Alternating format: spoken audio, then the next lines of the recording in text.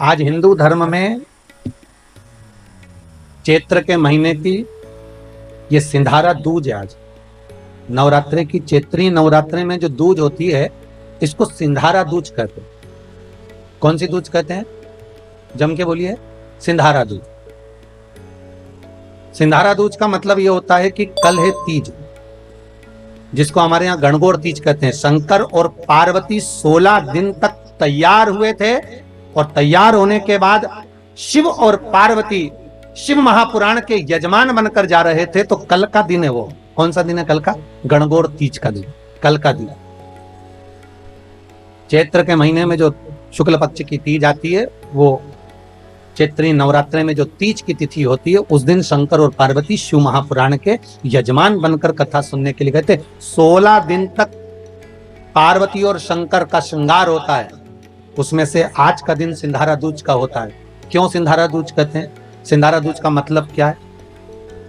क्यों हिंदू धर्म में सिंधारा दूज मनाई जाती है? किस लिए?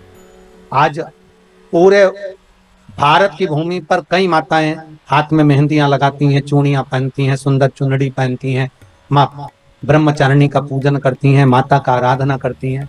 सिंधारा दूज, उसका कारण केवल इतना सा है। सिंधारा दूज का मतलब यह होता है कि चंचुला देवी जब 14 दिन तक शंकर और पार्वती अपने गुफा में से बाहर नहीं निकले शिव महापुराण के यजमान बनने के लिए, तब माता चंचुला देवी ने हाथ जोड़कर मां जगतजननी जगदम्बा को सुंदर वस्त्र, सुंदर चूड़ियां, सुंदर आभूषण माता के चरणों में ले जाकर समर्पित करे थे और कहा, मां इन चूड़ियों को जो मैं दे रही हूं, ये लाल चूड़ी, ये लाल श्रृंगार, ये लाल वस्त्र, जो लाल चूनर जो मैं प्रदान कर रही हूं, मां बस ऐसी कृपा कर दे कि तू इन चूनर को धारण करे और मेरा भी सौभाग्य, मेरा भी सुहाग अमर कर दे। बस इतनी कृपा मेरे ऊपर कर दे। वो सिंधारा दूज का महत्व है। वो सिंधारा दूज का महत्व।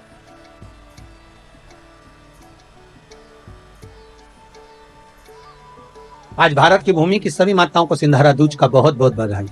माता पार्वती, गणगौर महारानी, ब्रह्मचारिणी महारानी, मां जगतजननी आपके सुहाग को अखंड सौभाग्यवती बनाए, यही भगवान से प्रार्थना। जैसे चंचुला देवी ने माता पार्वती से निवेदन करा था, आप भी एक भाव से निवेदन करें। हे मां, हे दया करें, आप कृपा करें। स्वयं चंचुला देवी मां पार्वती से सिंधारा दूज के दिन निवेदन करती है कि मेरा सौभाग्य अमर कर दो, और आपके सिवा कोई नहीं कर सकती। इसलिए माता के चरणों में चूड़ी भी दी, मेहंदी भी दी, टीकी भी दी, श्रृंगार भी दिया, वस्त्र भी दिया। इसलिए सिंधारा दूज के दिन, आज के दिन सौभाग्यवती माताएं एक दूसरे को सिंधारा देती हैं। आज भी नियम है हमारा। जैसे आप रोज गंगा नहाने नहीं जा सकते, आप रोज सरयू का स्नान करने नहीं जा सकते, आप रोज छिपरा का स्नान करने नहीं जा सकते, आप रोज प्रतिदिन कहीं मंदाकिनी का स्नान करने नहीं जा सकते, तो हमारे हिंदू धर्म में रीति बना दी कि गले में तुलसी की माला पहन लो, रुद्राक्ष की माला पहन लो। तो क्या तुलसी और रुद्राक्ष पहनने से होगा क्या? तो हमारे यहाँ शास्त्र वर्णन करता है कि हम गले में जब तुलसी की माला धारण करते हैं, हम गले में जब रुद्राक्ष की माला धारण करते हैं, एक लोटा भरा हुआ पानी भी अगर हमने अपने शरीर पर डाला तो वो तुलसी और रुद्राक्ष से होकर जब इस श्री विग्रह पर, जब इस शरीर पर जाता है, वो पानी तुलसी का लगा हुआ, वो रुद्राक्ष का लगा हुआ जल जब इस शरीर पर जाएगा तो हमें गंगा, यमुना, सरयू, सरस्वती सबके स्नान का पुण्य एक साथ प्राप्त हो जाएगा। मात्र उस जल का स्पर्श हो जाने पर, तुलसी के जल का, रुद्राक्ष के जल का मात्र अपने ऊपर सींचन ही हो जाने पर वो फल की अनुभूति हो जाती है, वो फल प्राप्त हो जाता है।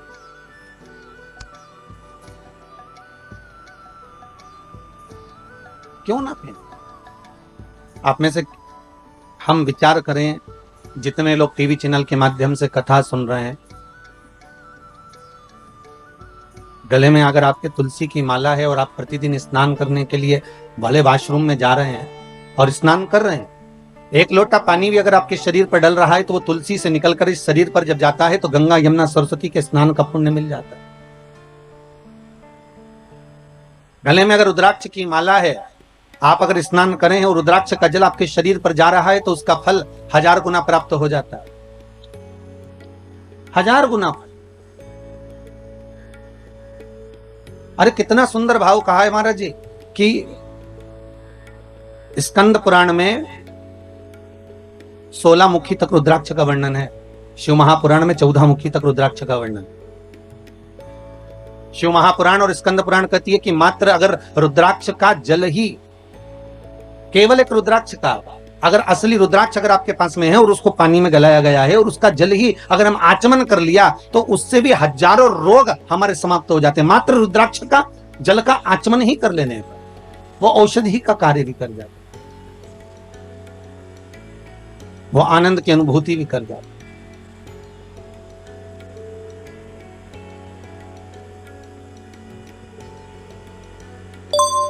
शिव पुराण कहती है, शिव महापुराण वर्णन करती है कि ब्रह्मदेव भगवान ब्रह्मा भगवान शिव के पास जाकर कहते हैं कि अब इस सृष्टि का जो निर्माण है, इस सृष्टि का जो निर्माण मुझे करना है, उसमें संसार की जितने जीवों का हम निर्माण करेंगे उन जीवों को जीवित रहने के लिए कुछ ना कुछ सुख हमें किसी के साथ जोड़ना पड़ेगा।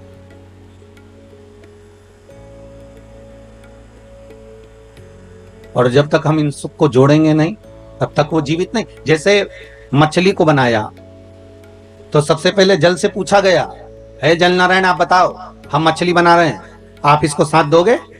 आपको जीवित रखना पड़ेगा इसको। तो जल ने कहा क्यों नहीं, अगर ये मछली जब तक पानी में रहेगी, जब तक जल के अंदर रहेगी, तब तक ये मछली जीवित रहेगी। अगर ये जल में है, अगर ये जल में विराजमान, तब तक ये जीवित। बस इससे निवेदन केवल इतना है कि ये मछली जल से दूर ना जाए। मेरा संग अगर इसके पास में है, मेरा साथ अगर इससे जुड़ा हुआ है, तो ये फिर मरने वाली नहीं, ये पक्का है। ठीक है, मछली से कहा आपको जल के अंदर रहना पड़ेगा, जल का संग मत छोड़ना तो आप जीवित रहोगी। मछली ने कहा ठीक। फिर वृक्षों को देखा, क्योंकि 84 लाख योनियों में 20 लाख योनि तो ये वृक्ष पेड़ पौधों की है। इन वृक्षों को जाकर निवेदन करा कि अब आपका हम निर्माण कर रहे हैं, पर आपका निर्माण तो कर रहे हैं पर आपको जीवित रहना है। तो पृथ्वी से कहा कि आप इन वृक्षों को जीवित रख सकती हो? पृथ्वी ने कहा क्यों नहीं। बस बात इतनी सी है, अगर वृक्षों को जीवित रहना पड़ेगा तो पृथ्वी कहती है मुझसे जुड़ा रहना पड़ेगा। अगर ये मुझसे जुड़ी रहेंगे तो इनको मैं जीवित रख, ये मुझसे जुड़े रहे। और आप सब जानते हो, आप तो पांडतारा के इस गांव में निवास भी करते हो और अपनी प्रकृति को स्मरण भी आप करते हो, तो आप सबको ये मालूम भी होगा कि पृथ्वी से जब तक वृक्ष जुड़ा रहता है तब तक वो जीवित रहता है, और पृथ्वी से जैसे ही वृक्ष निकल जाता है, उसकी जड़ें छूट जाती है, वैसे ही वो भी वृक्ष सूख जाता है, फिर उसका कोई महत्व नहीं रहता, फिर वो सूख, उसका महत्व समाप्त हो गया। फिर मनुष्य बनाया, मानव का शरीर का निर्माण किया। तो मानव शरीर का जब निर्माण करा तो ब्रह्मदेव ने डायरेक्ट जाकर भगवान देवाधिदेव महादेव से निवेदन करा, भगवान शिव से, हर हर महादेव। भगवान शंकर ने पूछा क्या बात है ब्रह्मा जी, आज तो आप हमारे पास में आए हो क्या गया ऐसा, कैसे आना होगा?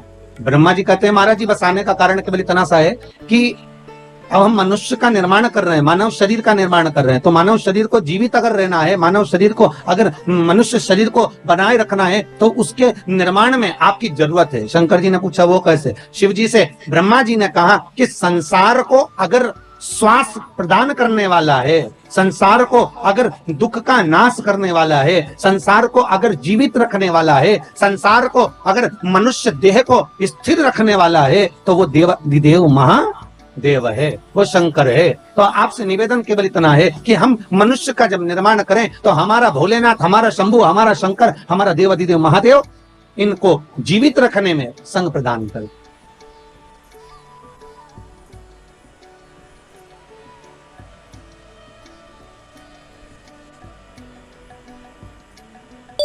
इनको जीवित रखना है। अगर मनुष्य को जीवन दान दिया है तो ब्रह्मा जी कहते हैं कि शंकर आप ही दे सकते हो। फिर वही वाली बात आ गई, महाराज जी बहुत ध्यान से सुनना।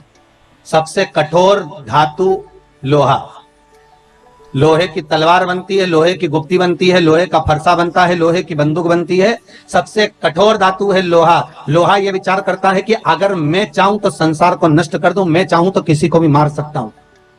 पर लोहे को जब अहंकार आ गया तो लोहे के सामने अग्नि आकर खड़ी हो गई और अग्नि ने कहा तो चिंता मत कर, तुझसे ज्यादा कठोर मैं हूं, मैं कभी भी तुझे गला सकती हूं। और लोहे को अग्नि गला देती है।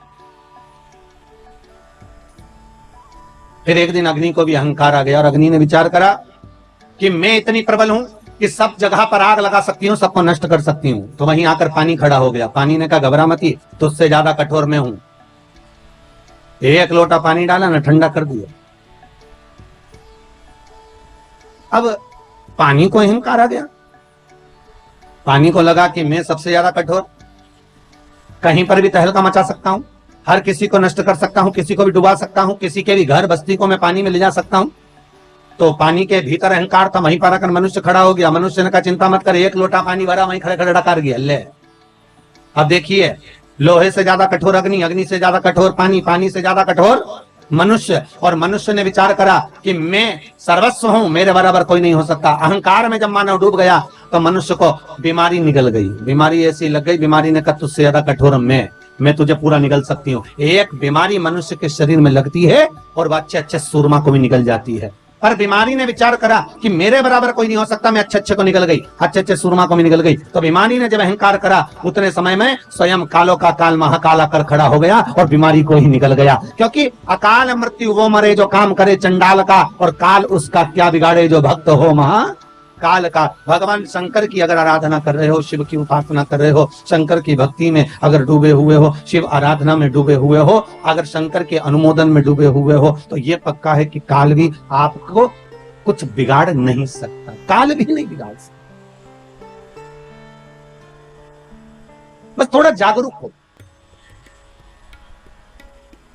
आया है, अब लोग कहते हैं गुरुजी कोरोना महामारी आई है, बड़ी विचित्र आई है। बिल्कुल आई है। ये कोरोना वायरस आया है गुरुदेव, बहुत बर्बाद कर रहा है। गांव की गांव, नगर की नगर, शहर की शहर। देखो आप महाराष्ट्र की स्थिति,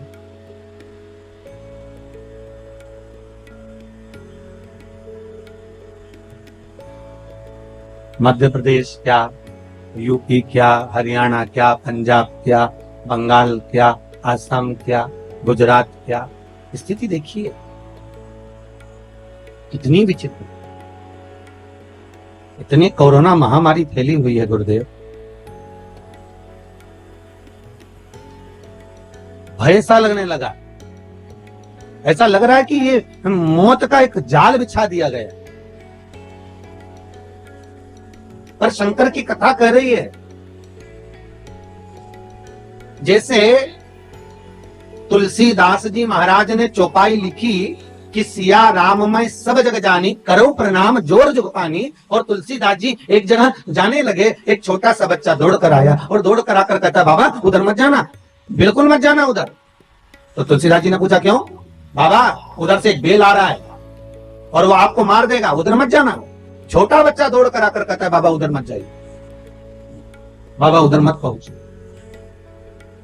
तुलसीदास जी ने कहा बेटा तू मुझे जानता नहीं है, तुझे ये मालूम नहीं है क्या कि मैंने चौपाई लिखी है कि सिया राम मैं सब जग जानी, करो प्रणाम जोर जुग पानी। क्या तुझे ये मालूम नहीं है कि मैंने इस संपूर्ण संसार में, ब्रह्मांड में, विश्व में भगवान का दर्शन करा है, राम को देखा है, हर जगह पर मैं राम का दीदार करता हूं। तो अगर बेल मुझे मारने आएगा तो उसमें भी तो राम ही होगा, तो बेल मुझे मार नहीं सकता बेटा। और बच्चे को समझाकर तुलसीदास जी आगे बढ़ गए। सामने से बेल आया, तुलसीदास जी को सींग पर उठाया, पटक दिया, पांव से रोंदा चले गया। तुलसीदास जी दौड़ते हुए आए, घाट पर बैठकर उन्होंने कलम उठाई और चौपाई काटने लगे। जैसे ही चौपाई काटने लगे तो हनुमान जी सामने आकर खड़े हो गए। हनुमान जी ने पूछा तुलसीदास क्या कर रहे हो? तुलसीदास जी बोले रामायण की चौपाई काट रहा हूँ। कौन सी? सिया राम मैं सब जगह जान, मैंने सब में राम देखा, हर एक में मैंने राम का दर्शन करा, इसलिए उस चौपाई को मैं काट रहा हूँ। क्यों काट रहे हो? कि जब मैंने सब जगह राम को देखा, बेल में भी राम देखा, तो बेल ने मुझे क्यों मारा? हनुमान जी बोले, रे तुलसीदास, तूने बेल में राम को देखा और वो बच्चा बोलने आया था कि उधर मत जा, तो उसमें राम नहीं देखा? राम तो उसमें भी था ना। जब बच्चा बोलने के लिए आ रहा है कि उधर ना जाइए, तो क्यों जा रहे हो? कई लोग कहते हैं भगवान नहीं आ रहा बचाने के लिए, क्या शंकर नहीं आ रहा बचाने के लिए? कई लोग कहते हैं भगवान गुरुदेव, तुम्हारा शिव कहां गया, तुम्हारा भगवान कहां गया, तुम्हारा प्रभु कहां गया, कहां गए वो राम और कृष्ण, कहां गए शंकर, कहां गए वो देवता? हम कहते हैं कि बार बार आकर कभी प्रधानमंत्री जी, कभी मुख्यमंत्री जी, कभी कलेक्टर, कभी डीएसपी, कभी एसडीएम, कभी डॉक्टर, कभी पुलिस वाले बार बार तुम्हारे सामने आकर कह रहे हैं कि मुंह पर मास्क लगाओ, सैनिटाइज का प्रयोग करो, हाथ को बार बार धो, सोशल डिस्टेंसिंग बनाकर रखो। तो भगवान का ही तो रूप रखकर आकर बोल रहे हैं कि मत आप बाहर निकलो। उसके बाद भी तुम सारा नियम तोड़कर वही तुलसीदास जी जैसे कि बेल के सामने चले जा रहे हो, उस कोरोना महामारी में चले जा रहे हो। तो भगवान क्या करेगा? तुम खुद ही आगे बढ़कर ये कार्य करोगे और बाद में भगवान को दोष दो, तो भगवान को दोष क्यों लगे? क्यों लगे? किस लिए?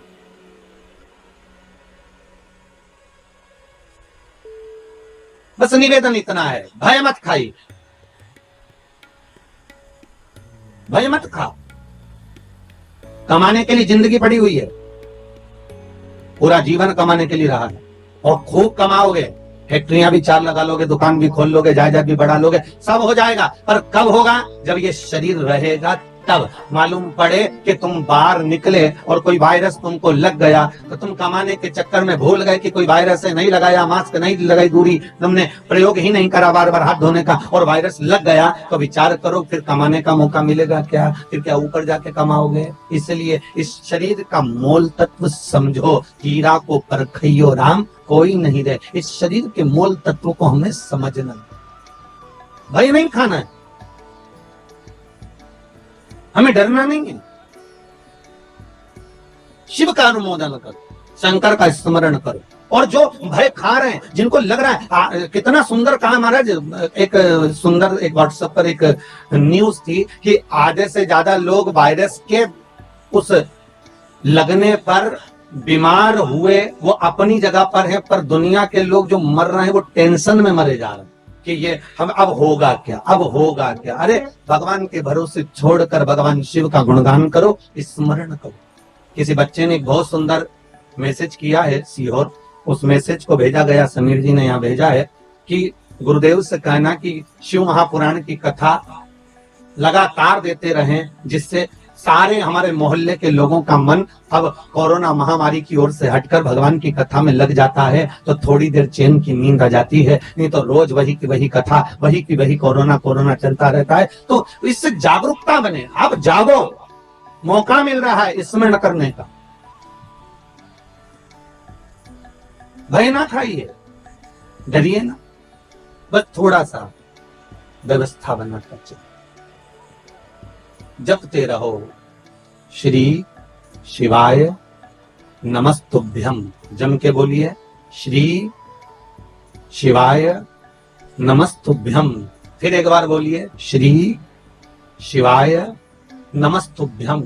ये शंकर का मूल मंत्र है, या ओम नमः शिवाय जब ये पंचाक्षर मंत्र है, या मर्जी पड़े आपकी तो महामृत्युंजय का अनुष्ठान कर लीजिए, स्मरण कर लीजिए, पर कहीं मत जाओ, अपने घर में बैठकर भगवत स्मरण में डूबो, शिव कथा करो। ब्रह्मा जी कर रहे हैं भगवान शंकर से, शिव से निवेदन करो, हे भोलेनाथ, हे शंभु, संसार के लोगों को आपको जीवित रखना, संसार के लोगों को आपको जीवित रखना है भोलेनाथ। शिव जी ने कहा ठीक है, अगर आप कह रहे हो कि संसार के लोगों को मुझे रखना है तो मना नहीं है। पृथ्वी से कहा वृक्षों को आप जीवित रखना, जल से कहा मछली को आप जीवित रखना, जल ने कहा मछली मेरा संग रहेगी तो जीवित रहेगी, पृथ्वी कहती है वृक्ष मेरा साथ रहेंगे तो जीवित रहेंगे। शंकर जी कहते हैं संसार का मनुष्य मेरा भजन करता रहेगा तो जीवित रहेगा, अगर मुझसे वंचित हो गया, छूट गया, तो उसकी कोई जवाबदारी, उसकी कोई गारंटी नहीं। वंचित है तो उसका कोई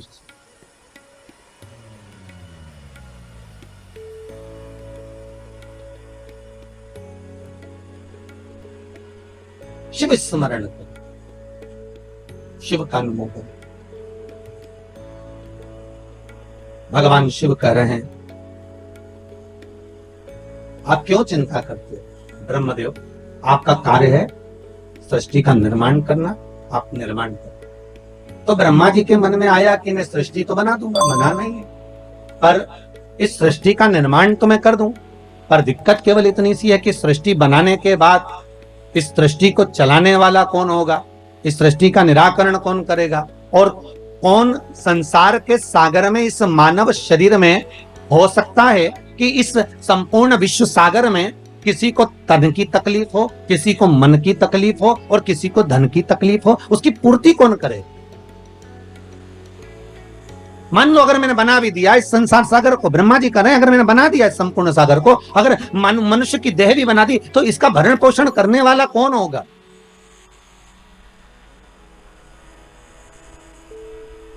शिव कह रहे हैं, ब्रह्मा आप केवल निर्माण करिए, बाकी का सब शिव कह रहे हैं कि मेरे ऊपर छोड़ दी, आप मेरे ऊपर छोड़। ब्रह्मा जी भगवान शंकर से विनती कर कर गए और भगवान शंकर भगवान विष्णु के पास में गए। भगवान विष्णु ने देखा कि आज शंकर स्वयं आए, स्वयं शिव। हमेशा भगवान शिव के पास में भगवान विष्णु पहुंचते थे, हमेशा। और आज स्वयं त्रिकालदर्शी शंकर भगवान विष्णु के यहाँ, तो भगवान विष्णु उठकर खड़े हो गए कि भोलेनाथ आए, आइए प्रभु पधारो, आपका आगमन हुआ है नाथ।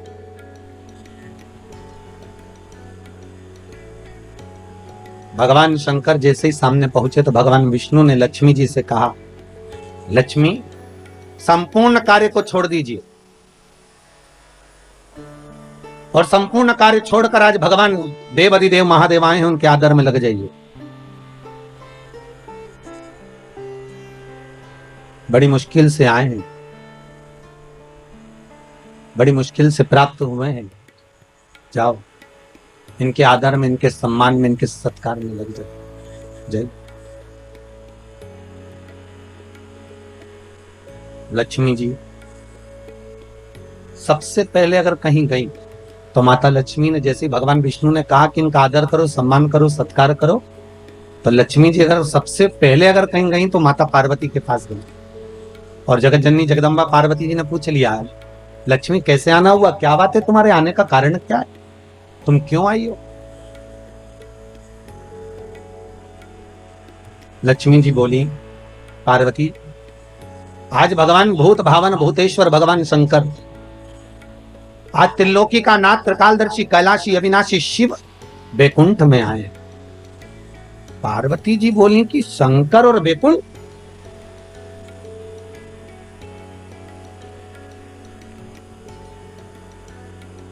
क्या चाहती हो? लक्ष्मी जी बोली, बस चाहना क्या है, आपसे निवेदन केवल इतना है कि आप ऐसा कोई उपाय बता दो जिससे शंकर जी प्रसन्न हो जाएं, और मैं उनका आदर करना चाहती हूँ, सम्मान करना चाहती हूँ, सत्कार करना चाहती हूँ, शंकर को रिझाऊं कैसे मैं, बस इतना बता दो और कुछ नहीं।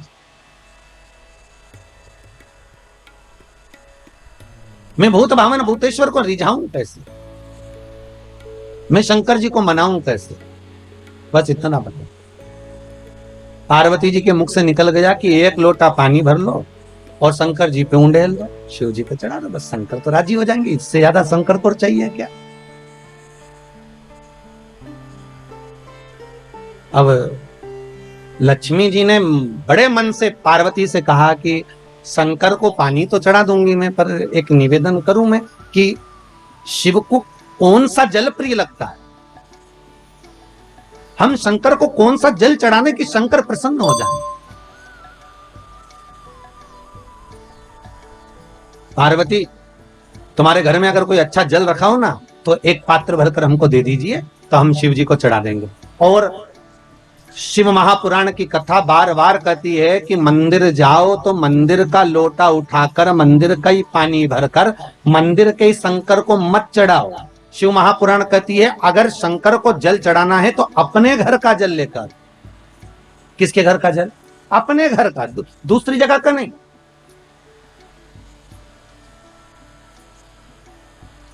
आपके द्वारा लाया गया, आपके द्वारा लेकर गया हुआ जल। अब पार्वती जी से लक्ष्मी जी ने एक लोटा पानी मांग लिया और वो जल ले जाकर लक्ष्मी जी जैसे ही पहुंची बैकुंठ में, भगवान शंकर को देखा, शंकर जी को देखकर लक्ष्मी जी ने एक लोटा पानी शिव जी पे डाल दिया। शंकर भगवान, अब अभी तो भगवान विष्णु को बोलना था हर हर महादेव, शंकर भगवान खुद बोल दिया हर हर महादेव। तो जैसे ही बोले हर हर महादेव तो भगवान विष्णु समझ गए जरूर कुछ गड़बड़ हो गई हो। तो भगवान विष्णु ने पूछ लिया भोलेनाथ जी से, प्रभु क्या बात है, आप हर हर महादेव बोल दिए। शंकर भगवान बोले बात इतनी सी है कि बताओ पानी भी हमारे घर का लेके आइए, चढ़ा रही है वो पानी भी हमारे घर का।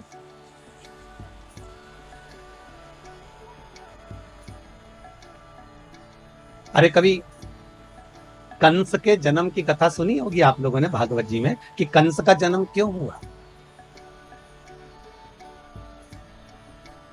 इतने अच्छे राजा के घर में, जिसके घर में सब धर्मात्मा थे, उसके घर में कंस जैसा बेटा कैसे पैदा हो गया था? उसका कारण केवल इतना सा था, ये कंस कौन था? पूर्व समय में कुबेर के दरवाजे का द्वारपाल। और कुबेर क्या करता था कि रोज इस द्वारपाल से कहता था कि मैं शंकर जी की पूजन करने जा रहा हूं तो मुझे फूल ला कर दे दे। और ये द्वारपाल जाता था और बगीचे में जाकर और फूल तोड़ के ले आता था और फूल तोड़ के लाता और कुबेर को दे देता। कुबेर जी शंकर जी को चढ़ा देते। तो शंकर जी को चढ़ाते तो ये जो द्वारपाल था, ये जिसके बगीचे से फूल लाता था, ना तो बगीचे के मालिक से पूछता था, ना बगीचे के सेवक से पूछता था, ना पेड़ से पूछता था, ना वृक्ष से पूछता था, ना डाली से पूछता था, और फूल तोड़े और लेकर आया और भगवान को चढ़वा दिए। बस इसलिए तो यहाँ शास्त्र कह रहा है भले फूल लाकर उसने दिए, शंकर जी को भले चढ़े, पर गलती एक कर दी कि जिसके पेड़ थे, जिसके वृक्ष थे, जिसका पौधा था, ना तो माली से पूछा, ना पौधे से पूछा, ना वृक्ष से पूछा, अर्थात फूल की चोरी कर कर भगवान को समर्पित करवाता था। इसलिए इसका कंस का जन्म हुआ। कारण केवल इतना सा था कि अगर हम भगवान को अगर एक फूल भी चढ़ा रहे हैं, हम भगवान को अगर रिझा रहे हैं, तो भगवान को अगर फूल भी चढ़ा रहे हैं तो प्रयास करना कि पड़ोसी की अगर बाउंड्री से फूल तोड़कर ला रहे हो तो पहले पड़ोसी से पूछो क्या हम फूल लेकर चले जाएं, क्या हम फूल लिया।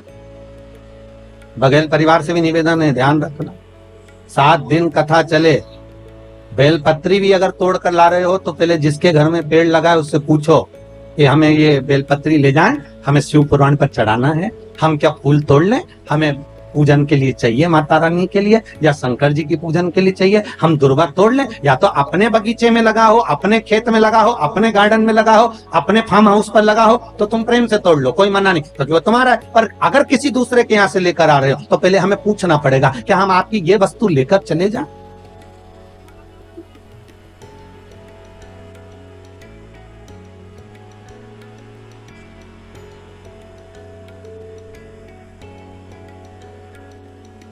उसे पूछना पड़ेगा। अब ऐसे तो एक माताजी की चप्पल खो गई और माताजी ने कहा गुरुजी हम तो तुम्हारी कथा सुनने आए थे और हमारी चप्पल चोरी चली गई। मैंने कहा अच्छा है, भगवान ने कृपा कर दी, तेरे वैसी समय बेकार चल रहा था, तेरा शनि राहु केतु दूसरा ले गया। अच्छा, भगवान ने बड़ी कृपा करी तेरे ऊपर। फिर तुम कैसे गई? आओ हम दूसरे की ले गए। मैंने कहा हे भगवान, खुद का शनि गया था, दूसरे का केतु पकड़ लाई। अब लाभ क्या हुआ ये बताओ, सुख की अनुभूति क्या हुआ है? हमें नहीं चाहिए। हम अगर भगवान को रिझा रहे हैं ना महाराज, तो शिव महापुराण की कथा कहती है अगर भगवान को रिझा रहे हो तुम्हारे पास में कुछ है तो ठीक है, नहीं है तो ठीक है। शंकर को एक लोटा पानी हो तो चढ़ा दो, घर का हो तो चढ़ा दो। अगर पानी भी नहीं है तो शिव को रिझाने के लिए 3 बार ताली बजा दो, चल जाएगा। इतना भी नहीं है तो बेलपत्र चढ़ा दो। बेलपत्र भी नहीं है तो शंकर पे चढ़ी हुई बेलपत्र उठाकर धोकर वापिस शंकर को चढ़ा दो। और बेलपत्री भी नहीं है तो शंकर को प्रणाम कर लो। इतना भी नहीं कर सकते कि मंदिर के अंदर भी नहीं जा सकते तो मंदिर के दरवाजे को प्रणाम कर लो। मंदिर के दरवाजे को भी प्रणाम नहीं कर सकते तो मंदिर के शिखर को प्रणाम कर लो। शिखर दर्शनम सर्व पाप नाशनम। बस इतना भी कर लिया और ये भी नहीं कर सकते तो शिव महापुराण की कथा कहती है भूल से भी शंकर के मंदिर के सामने से निकलकर चले जाओ तो भी शंकर करुणा कर देता है, तो भी शिव कृपा कर देता है। मात्र निकलकर जाने पर भी शिव की करुणा, शिव की कृपा हो जाती है। मात्र उसके दरवाजे के सम्मुख से निकलकर चलेगा, वही सुख हो गया।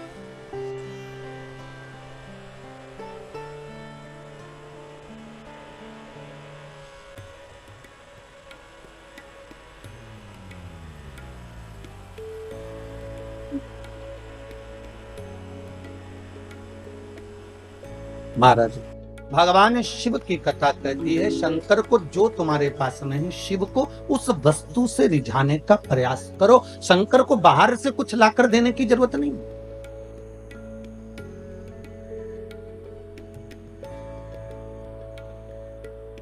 करो मंत्र जाप, करो नाम जाप। अरे भाई, घर में धन होगा तो चोरों की नजर जरूर होगी, अगर सुंदरता होगी तो लुच्चों की नजर जरूर होगी, और अगर हृदय में भक्ति होगी तो भगवान की नजर जरूर होगी। ये पक्का, भगवान की दृष्टि आप पर पड़ी रहेगी। अगर आप भगवान का भजन कर रहे हो तो, आप शिव का स्मरण कर रहे हो तो, आप शंकर का अनुमोदन कर रहे हो, आप भगवान भक्ति का नाम जाप कर रहे हो तो भगवान की दृष्टि पड़ी हुई। करो भजन बस। भगवान शिव ने जैसे कहा हर हर महादेव, भगवान विष्णु समझ गए जरूर कुछ बात हो गई है महाराज। हर हर महादेव शंकर जी बोले, मतलब भगत बोले चल जाए, पर भगवान बोले तो नहीं चले हो। और आज तो भगवान खुद बोल रहे हैं हर हर महादेव। तो भगवान विष्णु ने पूछ लिया, अब मन में बात रह भी नहीं चाहिए, रख के करो क्या। एक गुरु के सामने, माता पिता के सामने, घर के बुजुर्गों के सामने, घर के बड़े के सामने अपने दिल की बात कह देना चाहिए। और अगर किसी से नहीं कहो ना तो गुरु से तो कह दो, या अपने जो इष्ट हैं, अपन जिनको मानते हैं, अपन जिसको पूजते हैं, उसके सामने कह दो।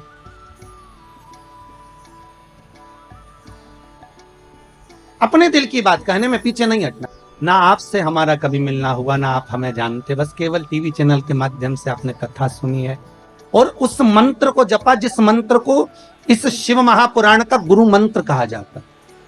भागवत का मूल मंत्र है ओम नमो भगवते वासुदेवा, और शिव महापुराण का मूल मंत्र है श्री शिवाय नमस्तुभ्यम। हम बार बार लोगों से कहते हैं, अगर दुख आया है ना, तकलीफ आई है ना, कष्ट आया, माना ये कोरोना जैसा वायरस आ गया, कई लोगों के प्राण छूटे जा रहे हैं, उनसे निवेदन है इस मंत्र को मत छोड़, आप जपते रहो साहब, आप जपते रहिए।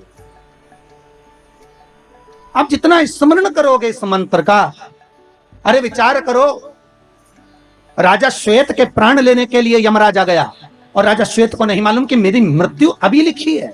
21,600 श्वास में से कौन सी श्वास आखिरी है, ये किसको मालूम है साहब, किसको मालूम। कौन सा दान, कौन सा पुण्य, कौन सा भजन, कौन सा संकीर्तन, कौन सा मंत्र जाप हमारे कब काम आ जाए, ये किसी को नहीं मालूम। एक राजा के मन में आया कि मैं राजा हूं, पर मुझे ये नहीं मालूम कि मरने के बाद होता क्या है, मेरे को जानना है कि मरने के बाद क्या होता है। तो राजा ने अपने मंत्रियों को बुलाया कि तुम मरो और हमें खबर दो। तो मंत्री ने सोचा, हम बताओ मर जाएंगे तो खबर कौन देगा, नहीं हमें मालूम करना है कि मरने के बाद क्या होता है, हमें तो उसकी खबर चाहिए। अब नगर में एक बहुत कंजूस व्यक्ति रहता था, उसने सोचा पैसा खूब मिलेगा, राजा बोल रहा है मुंह मांगा धन दिया जाएगा, जो ये बता दे कि कब्र के अंदर मरने के बाद क्या होता है, अंदर कब्र के अंदर मरने के बाद क्या होता है। तो उस कंजूस ने सोचा एक काम करते हैं, पैसे के चक्कर में पैसा तो मिल जाएगा ना, एक काम करते हैं राजा से कह देते हैं कि मुझे कब्र में दफना दो, जैसे एक मुर्दे को लेकर जाते हैं वैसा मुझे लेकर जाओ और कब्र के अंदर मुझे दबा दो, ठीक है।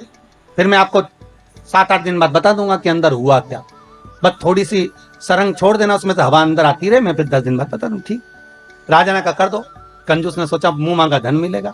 इतने में कंजूस जैसे ही जाने लगा तो एक व्यक्ति उसके सामने कटोरा लेकर खड़ा हो गया, भैया कुछ दे दे, भूख लगी है भैया कुछ दे दे। अब ये कंजूस तो कंजूस, अठन्नी नहीं दे किसी को, इतना बड़ा कंजूस। वो पीछा पकड़ लिया, उसने पांव पकड़ लिया, भैया 1 रुपया दे दे रे भैया, कुछ दे दे भैया, चवन्नी दे दे, भूख लग रही है भैया, भोजन दे दे। इसको गुस्सा आई, इसने कचरा पड़ा था, बहुत सारी पेड़ की पत्तियां पड़ी थी, सूखी पत्तियां, इसने उठा के उसके कटोरे में डाल दी, ले खा ले। और गुस्से में डालकर ये चला गया। और इसको लोग बांध बुंदा के ले गए, कब्र में दफना दिया, अंदर एक पाइप डाल दिया और उस पाइप में से बस इसको श्वास लेने के लिए छोड़ दिया। अब सब छोड़ छुड़ा के उसको दबा के चले गए। अब दबा के चले गए, एक दिन तो निकल गया, दूसरे दिन जो पाइप दिया था उसमें सांप घुसने लगा।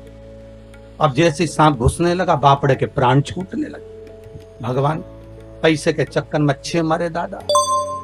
अब मर जाएंगे तो राजा को बताने कैसे आएंगे, और बताएंगे नहीं तो रुपया कैसे मिलेगा। अब सांप अंदर घुसे, इसके प्राण छूटे।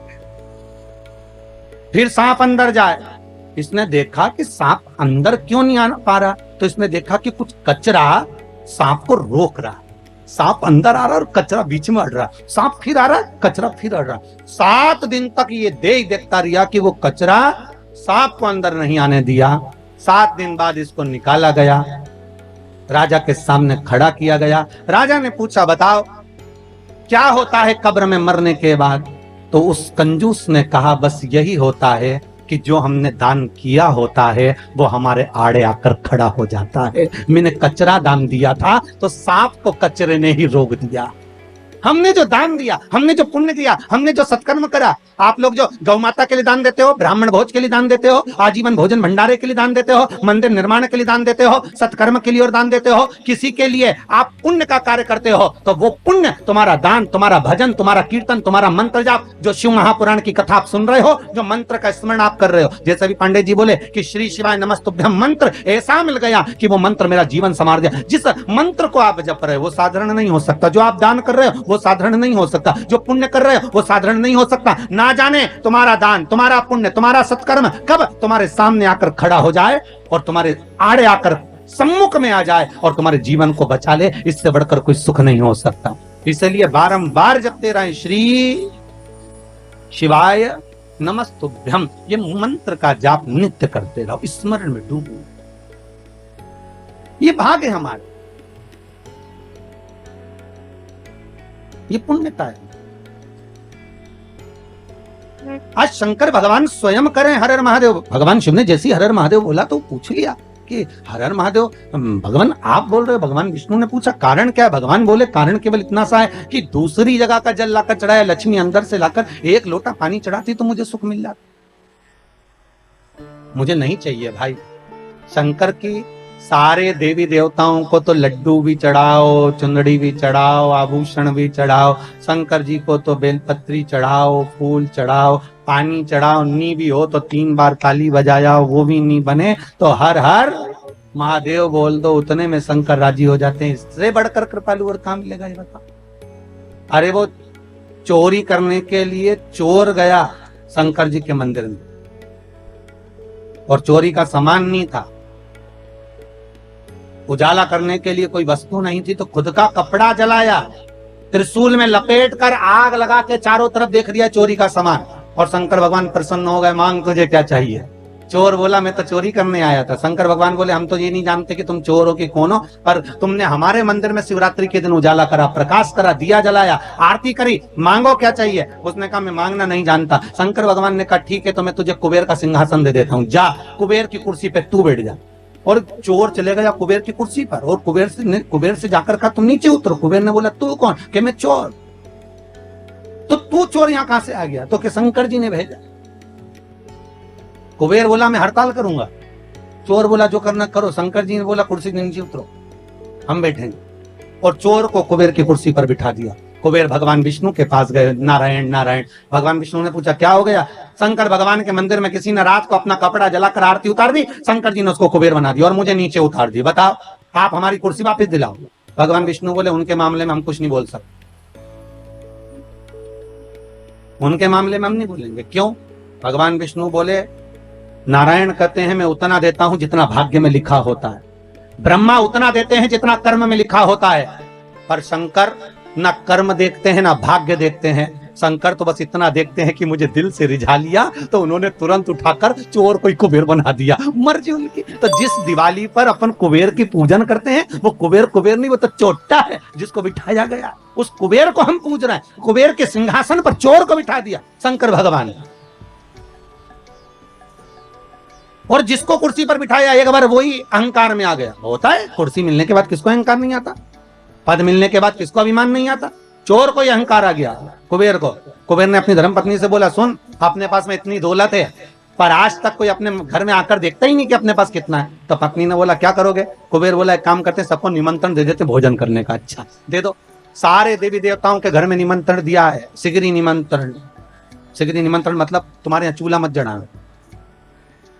सा परिवार भगवान विष्णु, सा परिवार ब्रह्मा, सा परिवार इंद्र, सा परिवार वायुदेव, जलदेव, सब सा परिवार, और सबको निमंत्रण दिया। पर शंकर भगवान को भूल गया। जिसने कुबेर का पद दिया था उसी को भूल गया।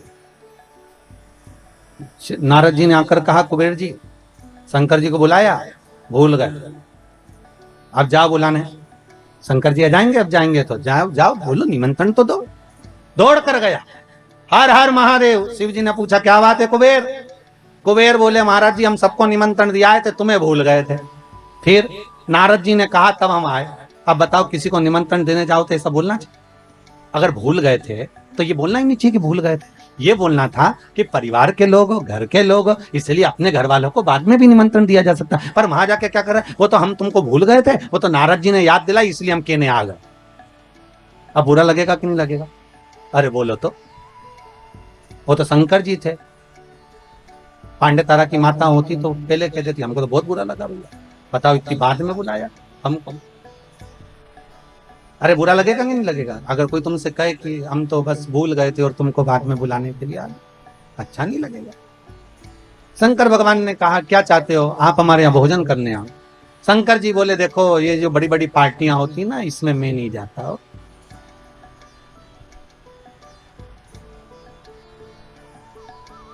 आप में से कितने लोग हैं जिनके घर में शादी होती होगी तो शमशान में पत्रिका देने जाते हो?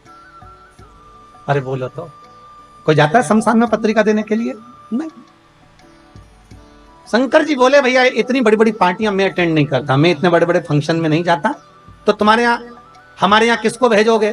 शंकर भगवान बोले, एक काम करेंगे, गणेश जी को भेज देंगे। इतने में कुबेर बोला, इतना सा गणेश क्या खाएगा? शंकर जी ने मन में सोचा, खाएगा तो तुझे ही मालूम पड़ जाएगा, अभी तूने देखा क्या? इतना सा गणेश हमारे यहाँ क्या खाएगा? फिर भी अब आप बोल रहे हो तो भेज देना, ठीक है, हो कोई बात नहीं। इतने में कार्तिकेय ने जाकर माता पार्वती जी से कह दिया, माँ, पिताजी ने बताओ भोजन करने के लिए गणेश जी को भेज रहे हैं, घर का बड़ा बेटा मैं हूं तो मुझे भेजना चाहिए ना। पार्वती जी ने शिव जी से पूछा, आपने कार्तिक को क्यों नहीं भेजा?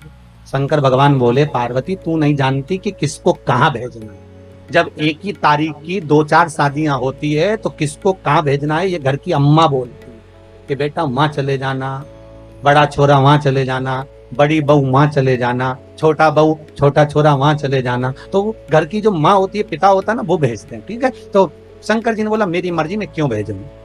जैसे ही गणेश जी आए, शंकर जी ने कहा, गणेश, हाँ पिताजी, कुबेर के यहाँ भोजन करने जाना है।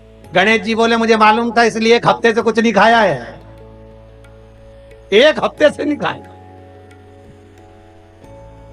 शंकर जी मन में सोचे, औलाद तो हमारी, जब जाने की कहीं खुशी होती है ना तो लोगों को भूख नहीं लगती है। गणेश जी ने भी छोड़ दिया था खाना, और जैसे ही शाम को 7 बजे निमंत्रण चालू होना था, गणेश जी पहुंच गए 4 बजे। कितनी बजे पहुंचे? 4 बजे। और जाते से आवाज लगाए, कुबेर भैया, ओ कुबेर भैया। अब कुबेर जी तो नहीं आए, कुबेर जी की पत्नी आ गई। क्या बात है? गणेश जी बोले, भोजन करने आए। अच्छा। कुबेर जी की पत्नी ने कुबेर जी से कहा कि गणेश जी भोजन करने आए। तो कुबेर जी बोले, अभी काय को आ गए? 4 बजे से 7 बजे भोजन है, क्या करेंगे अभी से? हमें नहीं मालूम, पर वो अभी से आ गए। तो कुबेर जी बोले, काम करो कि जितने लोग जिम के जाते जाए उनको जिमा दो और जाने दो, उनको खिलाओ और जाने दो, उनको खिला दिया जाने को, ठीक है। गणेश जी के लिए एक चौकी लगाई और चौकी पर श्री गणेश जी महाराज को बिठा दिया। चौकी पर गणेश जी को बिठाया, और जैसे ही चौकी पर गणेश जी को बिठाया, गणेश जी से कहा, खाओ, थाली लाकर रख दी, भोजन करना प्रारंभ करो। अब गणेश जी ने जैसे ही भोजन करना प्रारंभ किया तो गणेश जी कुबेर जी से पूछे, भैया खाएं? हाँ खाइए। भाभी जी खाएं? हाँ हाँ खाइए। और गणेश जी ने जो खाना चालू करा, 33 कोटि देवताओं का भोजन 15 मिनट में निपटा गया। 15 सब खा गए। सारा। कुबेर जी की पत्नी दौड़ते हुए कुबेर जी के पास पहुंची। प्रभु प्रभु, कुबेर जी ने पूछा क्या हुआ? गणेश जी को क्या हुआ? नहीं नहीं, वो उसको कुछ नहीं होने वाला, वो तो खाने में लगा है।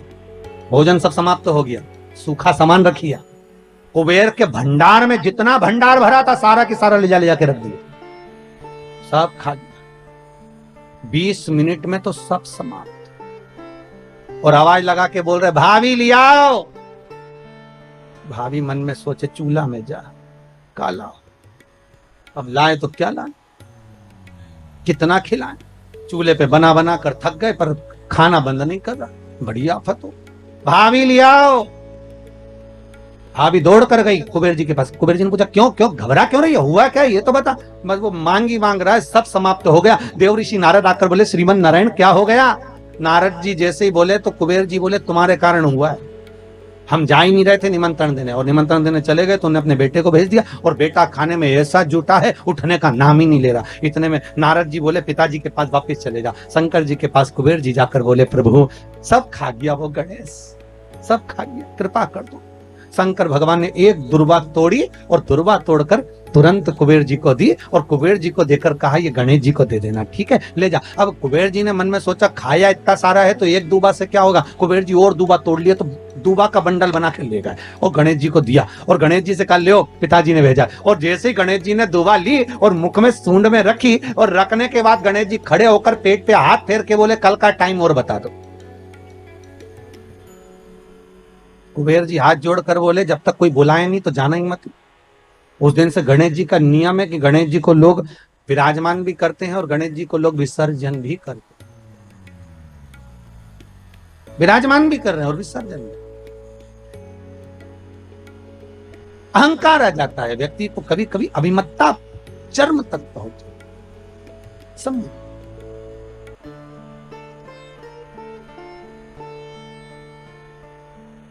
शिव कह रहे हैं मैंने लक्ष्मी से ये नहीं कहा कि तुम मुझे ये दो।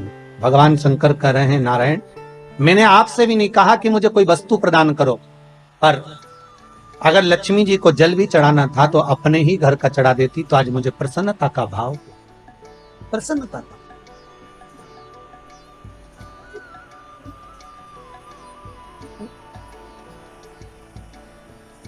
ब्रह्मदेव के कहने पर भगवान शंकर भगवान विष्णु के यहाँ गए।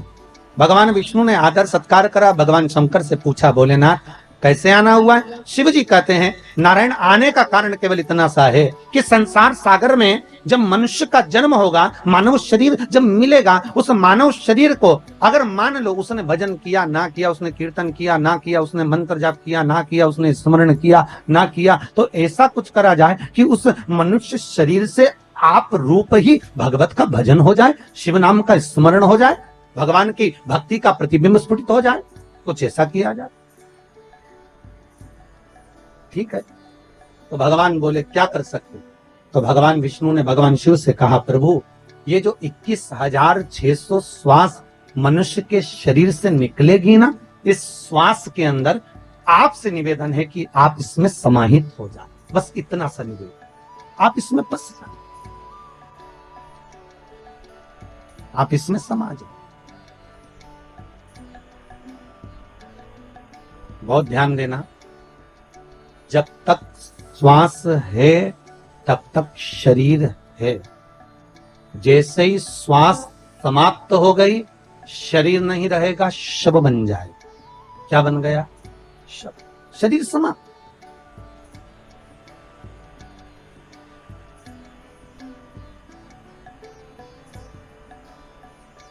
फिर वो शरीर नहीं रहा, वो केवल एक शव बन, उसका मूल तत्व समाप्त हो।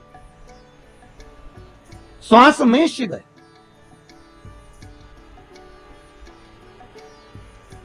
शंकर की कथा कर रही, ये जो श्वास है शिव कर रहे हैं, इसमें मैं समाहित हो जाए, ओंकार समाहित हो जाए। इसलिए बार बार आपको फिर निवेदन कर रहे हैं कि देखिए परमात्मा को हर बार धन्यवाद देना ना भूले, हर क्षण में हर पल में उस परमात्मा को धन्यवाद देते रहो। जरा अखबारों को टीवियों को खोल कर देखिए, कई जगह आपको मिलेगा कि वहां ऑक्सीजन कम पड़ गई, ऑक्सीजन की टंकी कम पड़ गई। जरा विचार करो, एक मरीज को ऑक्सीजन की एक टंकी खत्म हो जाती है, समाप्त हो जाती है, तो पूरा परिवार हॉस्पिटल में खिन्न भिन्न हो जाता है।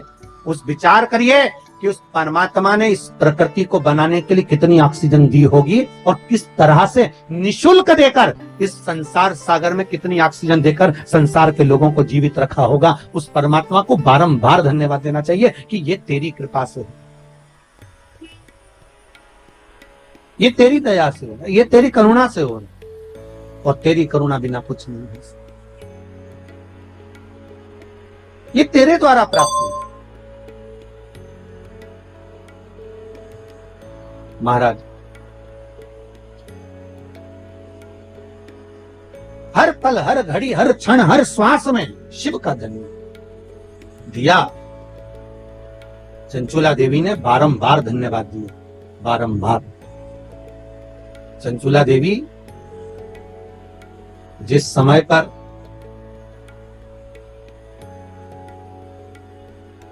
पार्वती जी की सखी बन गई थी, चंचुला देवी पार्वती जी की सहेली जब बन गई थी चंचुला देवी, बस इतना कर्म चंचुला देवी ने जरूर करा था कि पति का साथ दिया, पति चोरी कर लाया, धन लाकर दिया, उसका भोग करा, पर सत्कर्म नहीं कर पाई। चंचुला कभी दान पुण्य धर्म नहीं कर पाई, अपने भोग में लगी रही, अपनी भोग।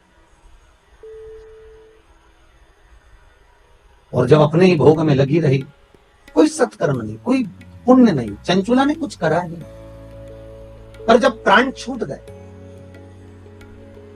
शिव महापुराण की कथा के रस तत्व में डूबने के बाद चंचुला के जब प्राण छूट गए, तब चंचुला देवी पहुंची भगवान शंकर के कैलाश धाम पर, और पार्वती जी की जब सखी बन गई, तब पार्वती जी से बारंबार बस एक बात कहती रही कि कुछ ऐसा कर दीजिए कि मेरा पति जो प्रेत योनि में पड़ा हुआ है, वो प्रेत योनि से मुक्त हो जाए, वो प्रेत योनि से छूट जाए। इतनी कृपा बस कर दो कि वो प्रेत योनि से मुक्त हो, प्रेत योनि से छूट जाए। ऐसी करुणा, ऐसी कृपा, ऐसी दया आप कर दीजिए। ठीक है।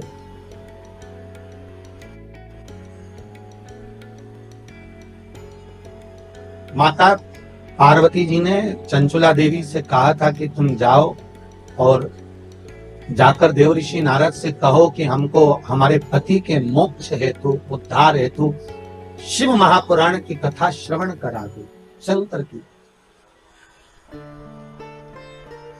देव ऋषि नारद ने मना कर दिया था कि मैं शिव महापुराण की कथा नहीं सुना सकता, क्योंकि मुझे श्राप लगा है, मैं एक जगह बैठ नहीं सकता, कथा मेरा मित्र सुनाएगा, तुम रुको।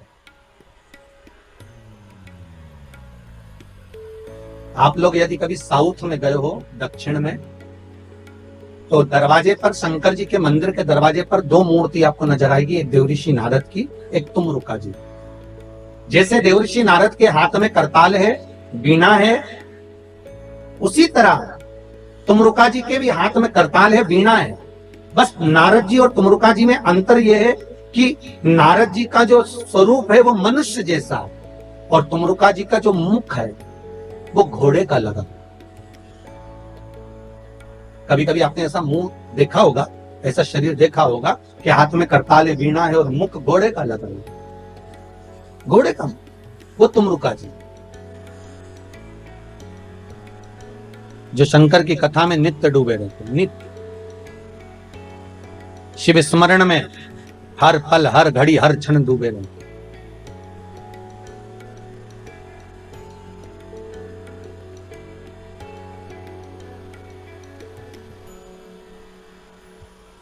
तुमरुका जी से निवेदन करा पार्वती माता चंचुला देवी ने कि आप शिव महापुराण की कथा सुना दो। ठीक है, हम सुना देते हैं, पर बात केवल इतनी सी है कि आप हो वेदव्य, और शिव महापुराण की कथा का जजमान जो होना चाहिए वो अखंड सौभाग्यवती नारी अपने पति के साथ बैठकर शिव महापुराण की पूजन करे, बस इतना ही तो चाहिए। तो चंचुला देवी के मुख से निकल गया, तुमरुका जी ये बताओ, क्या कोई वेदव्य नारी शिव महापुराण की कथा नहीं करवा सकती क्या? क्यों नहीं करवा सकती? करवा सकती। बस करना एक पड़ेगा, क्या? कि जिस समय शंकर की पूजन हो, शिव महापुराण विराजमान हो, शंकर का अनुमोदन हो, उस समय पर जोड़े की जरूरत पड़ेगी। तो वेदव्य नारी भगवान शंकर से यह प्रार्थना करे कि मैं शिव की कथा को जब सुन लूं तो भोलेनाथ ऐसी कृपा करना कि मेरे प्राण अगर जाएं तो पति के लोक में जाएं, और आने वाले समय में मैं कभी वेदव्य ना हूं, अखंड सौभाग्य लेकर जाऊं, ऐसी कृपा करना। अखंड सौभाग्य लेकर। आज हिंदू धर्म में चैत्र के महीने की ये सिंधारा दूज है। आज नवरात्रि की चैत्री नवरात्रि में जो दूज होती है, इसको सिंधारा दूज कहते हैं। कौन सी दूज कहते हैं? जम के बोलिए। सिंधारा दूज। सिंधारा दूज का मतलब यह होता है कि कल है तीज, जिसको हमारे यहां गणगौर तीज कहते हैं। शंकर और पार्वती 16 दिन तक तैयार हुए थे, और तैयार होने के बाद शिव और पार्वती शिव महापुराण के यजमान बनकर जा रहे थे। तो कल का दिन है वो। कौन सा दिन है कल का? गणगौर तीज का दिन, कल का दिन। चैत्र के महीने में जो शुक्ल पक्ष की तीज आती है, वो चैत्री नवरात्रि में जो तीज की तिथि होती है, उस दिन शंकर और पार्वती शिव महापुराण के यजमान बनकर कथा सुनने के लिए गए थे। 16 दिन तक पार्वती और शंकर का श्रृंगार होता है। उसमें से आज का दिन सिंधारा दूज का होता है। क्यों सिंधारा दूज कहते हैं? सिंधारा दूज का मतलब क्या है? क्यों हिंदू धर्म में सिंधारा दूज मनाई जाती है? किस लिए? आज पूरे भारत की भूमि पर कई माताएं हाथ में मेहंदियां लगाती हैं, चूड़ियां पहनती हैं, सुंदर चुनरी पहनती हैं, मां ब्रह्मचारिणी का पूजन करती हैं, माता का आराधना करती हैं। सिंधारा दूज, उसका कारण केवल इतना सा है। सिंधारा दूज का मतलब यह होता है कि चंचुला देवी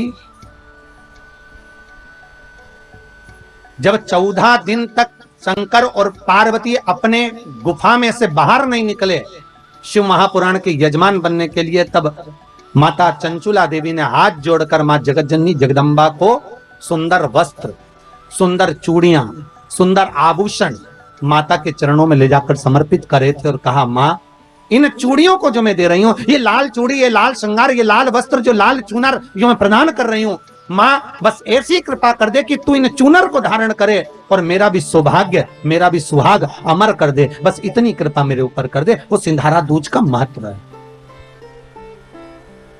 वो सिंधारा दूज का।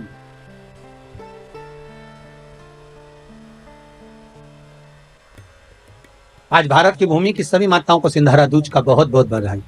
माता पार्वती, गणगौर महारानी, ब्रह्मचारिणी महारानी, मां जगतजननी आपके सुहाग को अखंड सौभाग्यवती बनाए, यही भगवान से प्रार्थना। जैसे चंचुला देवी ने माता पार्वती से निवेदन करा था, आप भी एक भाव से निवेदन करें। हे मां, हे दया करें, आप कृपा। स्वयं चंचुला देवी मां पार्वती से सिंजाना दूज के दिन निवेदन करती है कि मेरा सौभाग्य अमर कर दो, और आपके सिवा कोई नहीं कर सकती। इसलिए माता के चरणों में चूड़ी भी दी, मेहंदी भी दी, टीकी भी दी, श्रृंगार भी दिया, वस्त्र भी दिया। इसलिए सिंधारा दूज के दिन, आज के दिन सौभाग्यवती माताएं एक दूसरे को सिंधारा देती हैं। आज भी नियम है हमारा। प्रदान कृपा करो मां, शिव जी कथा का रस तत्व ग्रहण करने के लिए पधारे। तुमरुका जी से जाकर निवेदन करा, तुमरुका जी हम कथा सुनना चाहते हैं। और कथा किसके लिए सुन रहे हैं तुमरुका जी? आपको मालूम है? तुमरुका जी ने पूछा, प्रभु आप कोई भी कार्य करते हो तो जग कल्याण के लिए करते हो, इसलिए मुझे उम्मीद है कि आप जो कथा सुन रहे हो वो चंचुला देवी के पति के मोक्ष के लिए सुन। एक बात पहले भी कही, आज फिर कह रहे हैं, पानी में डूबकर मरे हुए व्यक्ति की मुक्ति नहीं होती, सर्प से डसे हुए व्यक्ति को भी मोक्ष नहीं मिलता। तीसरा, स्त्री के हाथ से, नारी के हाथ से मरे हुए व्यक्ति को भी मोक्ष नहीं मिलता। बहुत ध्यान देना महाराज, गरुण पुराण, शिव पुराण, स्कंद पुराण, पद्म पुराण, नर्मदा पुराण और लिंग पुराण, इसमें वर्णन किया गया है कि कुंवारी अवस्था में मरे हुए व्यक्ति को भी मोक्ष नहीं मिलता। जो कुंवारी अवस्था में मर गए,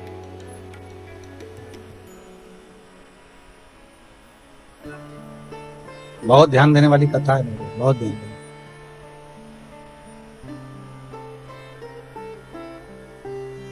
कुंवारी अवस्था में जो मर जाता है उसकी भी मुक्ति नहीं, उसका भी मोक्ष नहीं, उसकी भी गति नहीं।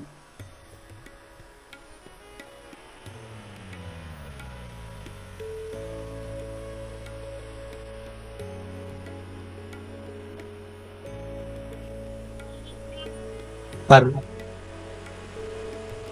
भागवत जी में आता है कि राजा परीक्षित को सर्प ने डसा था। आता है कि नहीं आता? सांप ने डसा राजा परीक्षित को और उसको मोक्ष मिला। तो पूछा गया,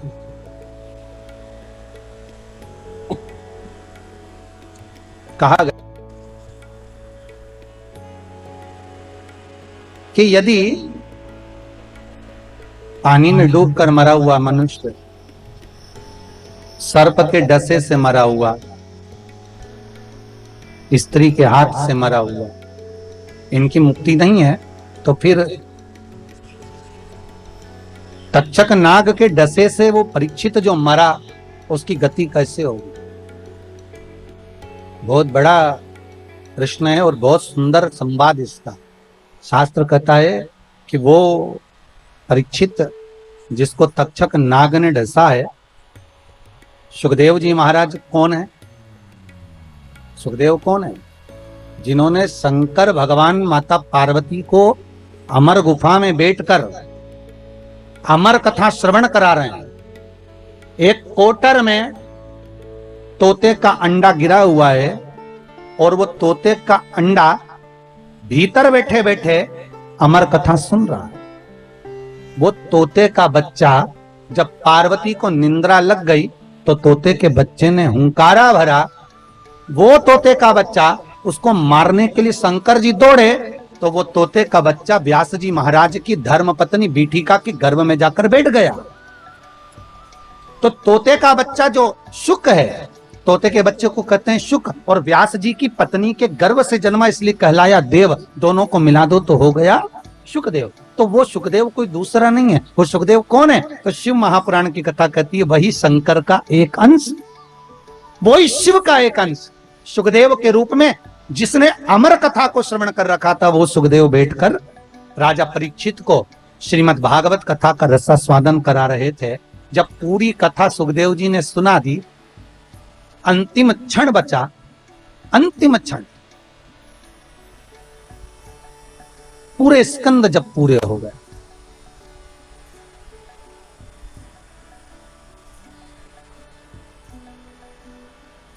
श्रीमद् भागवत के जब 18,000 श्लोक पूर्ण हो गए, अंतिम क्षण में राजा को कह दिया सुखदेव जी महाराज ने कि अब सांप आने वाला है, तुझे डसेगा, 7 दिन पूरे हो रहे हैं, जल्दी से गंगा जल से मुझे तिलक कर दो, गंगा रेती का दान कर दो, मैं चले जाऊं।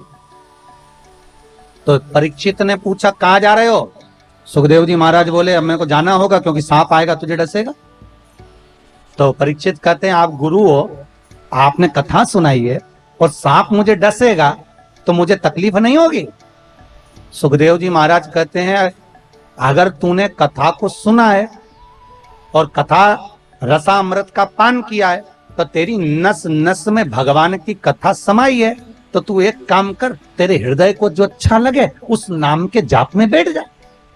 तो परीक्षित ने प्रश्न किया, ये बताओ कि कथा भय से मुक्ति देती है ना? हाँ, तो कथा अगर भय से मुक्ति देती है तो अब मुझे सर्प के डसने का भय नहीं है, फिर क्या है?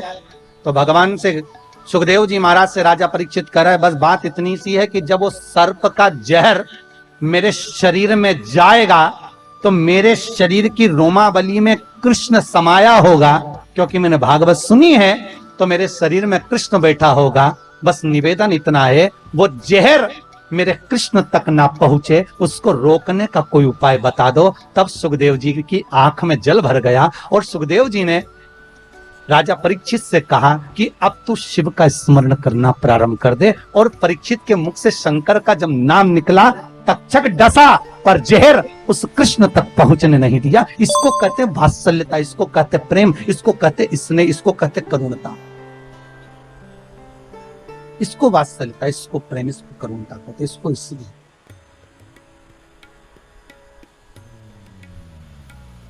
भागवत जी में आप लोगों ने सुना होगा, और सुना वहां तक होगा जहां तक भागवत जी में वर्णन है। पर देवी भागवत में सुखदेव जी और राजा परीक्षित का कुछ संवाद बड़े सुंदर सुंदर दिए गए महाराज। कभी योग लगे तो आप लोग देवी भागवत को उठाकर कभी पढ़ना, तो उसमें बड़ा सुंदर संवाद मिलेगा कि परीक्षित आखिरी में पूछ रहा है कि मुझे भय नहीं है मरने का, भय केवल एक बात का है कि जिस कृष्ण की कथा को मैंने सुना है, जिस कृष्ण के चरित्र को मैंने श्रवण करा है, वो कृष्ण मेरी रोमावली में समाया है। वो उस कृष्ण तक इस तक्षक नाग के जहर को मुझे पहुंचने नहीं देनी, बस इतनी कृपा कर,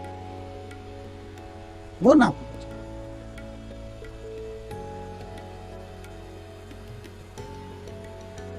ये दया, ये करुणा आप कर दो। शिव महापुराण की कथा कहती है, 3 तरह से मरे हुए व्यक्ति को मोक्ष नहीं। सर्प का डसन, पानी में डूबा, स्त्री के हाथ से मरा, और गरुड़ पुराण में एक और बात लिखी है, कुंवारी अवस्था में मरा हो। पर शिव महापुराण की कथा कहती है, एक संवाद बड़ा सुंदर है। जिस समय पर भगवान शंकर ने ब्रह्मा जी से कहा कि तुम सृष्टि की रचना करो, और सृष्टि की रचना ब्रह्मा जी से पूछा कि सृष्टि बनाना कैसे है, भगवान ने अपना स्वरूप का जो दर्शन कराना था, उसके पहले ब्रह्मा जी से कह दिया कि आधे पुरुष बना दो, आधे स्त्री बना दो। पुरुष और स्त्री, हाँ, आधे पुरुष बनाओ, आधे स्त्री बनाओ। ब्रह्मा जी ने पूछा पुरुष और स्त्री कैसे, तो भगवान शंकर ने कहा एक काम करो, अगर एक पुरुष बना रहे हो तो एक स्त्री बनाओ, 2 पुरुष बना रहे हो तो 2 स्त्री बनाओ, अगर 2 पुरुष हैं तो 2 स्त्री, 1 पुरुष है तो 1 स्त्री बनाओ, ठीक है। आधे आधे दोनों को बना दो। अब ब्रह्मा जी ने जो सृष्टि का निर्माण करा, तो उन्होंने पुरुष और स्त्री को मिला के बना दिया। तो भगवान विष्णु और भगवान शंकर दोनों भ्रमण करते करते पृथ्वी पर आकर देखे तो क्या देखा कि चारों तरफ किन्नर ही किन्नर नजर आ रहे। जब किन्नरों को देखा तो भगवान विष्णु को तो हंसी आ गई। जो ठहाका लगाकर भगवान हंसे तो भगवान ने पूछ लिया, भगवान पूछे, शंकर भगवान ने पूछा क्यों नारायण, क्यों हंस रहे हो? भगवान विष्णु बोले, भोलेनाथ जी आपको हंसी नहीं आ रही? शिव जी ने पूछा किस बात के लिए? ब्रह्मा जी को बोला था कि स्त्री और पुरुष बनाना, इन्होंने क्या बना दिया? पुरुष और स्त्री को मिलाकर किन्नर बना दिया। किन्नर,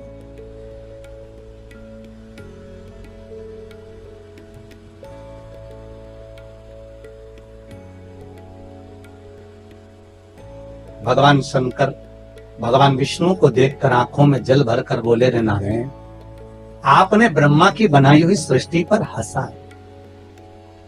शिव कहते हैं सुनो हे नारायण, दुर्बल व्यक्ति पर, धनहीन व्यक्ति पर, बीमार व्यक्ति पर, शरीर से अपंग व्यक्ति पर, नेत्रविहीन व्यक्ति पर, श्रवण विहीन व्यक्ति पर, मुख बधिर व्यक्ति पर,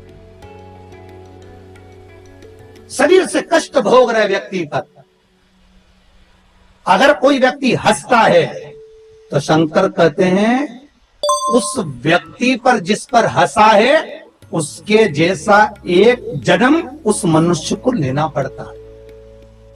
उसके जैसा जिस पर तुम हंसे, किसी गूंगे पर, किसी विकलांग पर, हस्तविहीन पर, श्रवण विहीन पर, नेत्र विहीन पर, जिह्वा विहीन पर, वाणी विहीन पर, दुर्बल शरीर से हो, कोई शरीर से ज्यादा तगड़ा हो, कोई शरीर से दुर्बल हो, कोई धन से विहीन हो, उस पर देखकर नहीं हंसना।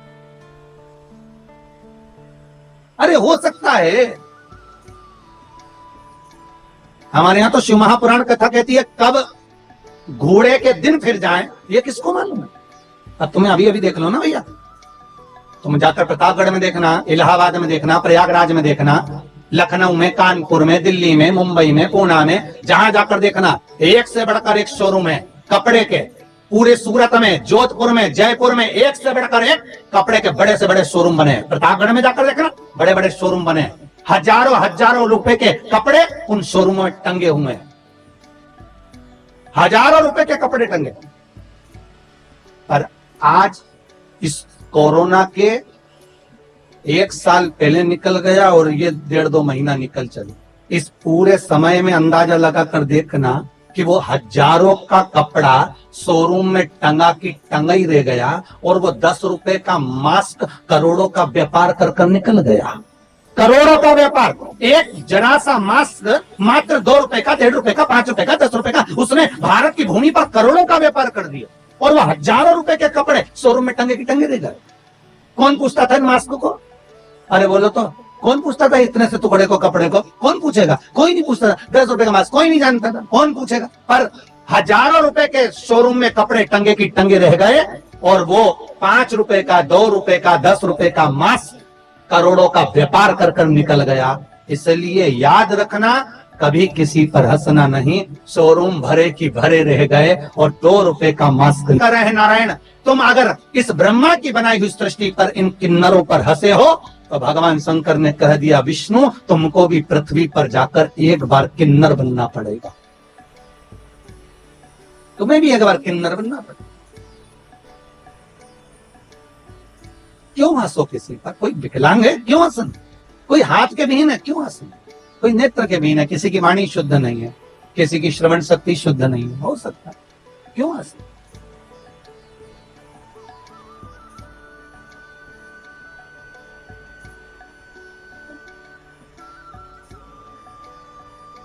बाल्यावस्था में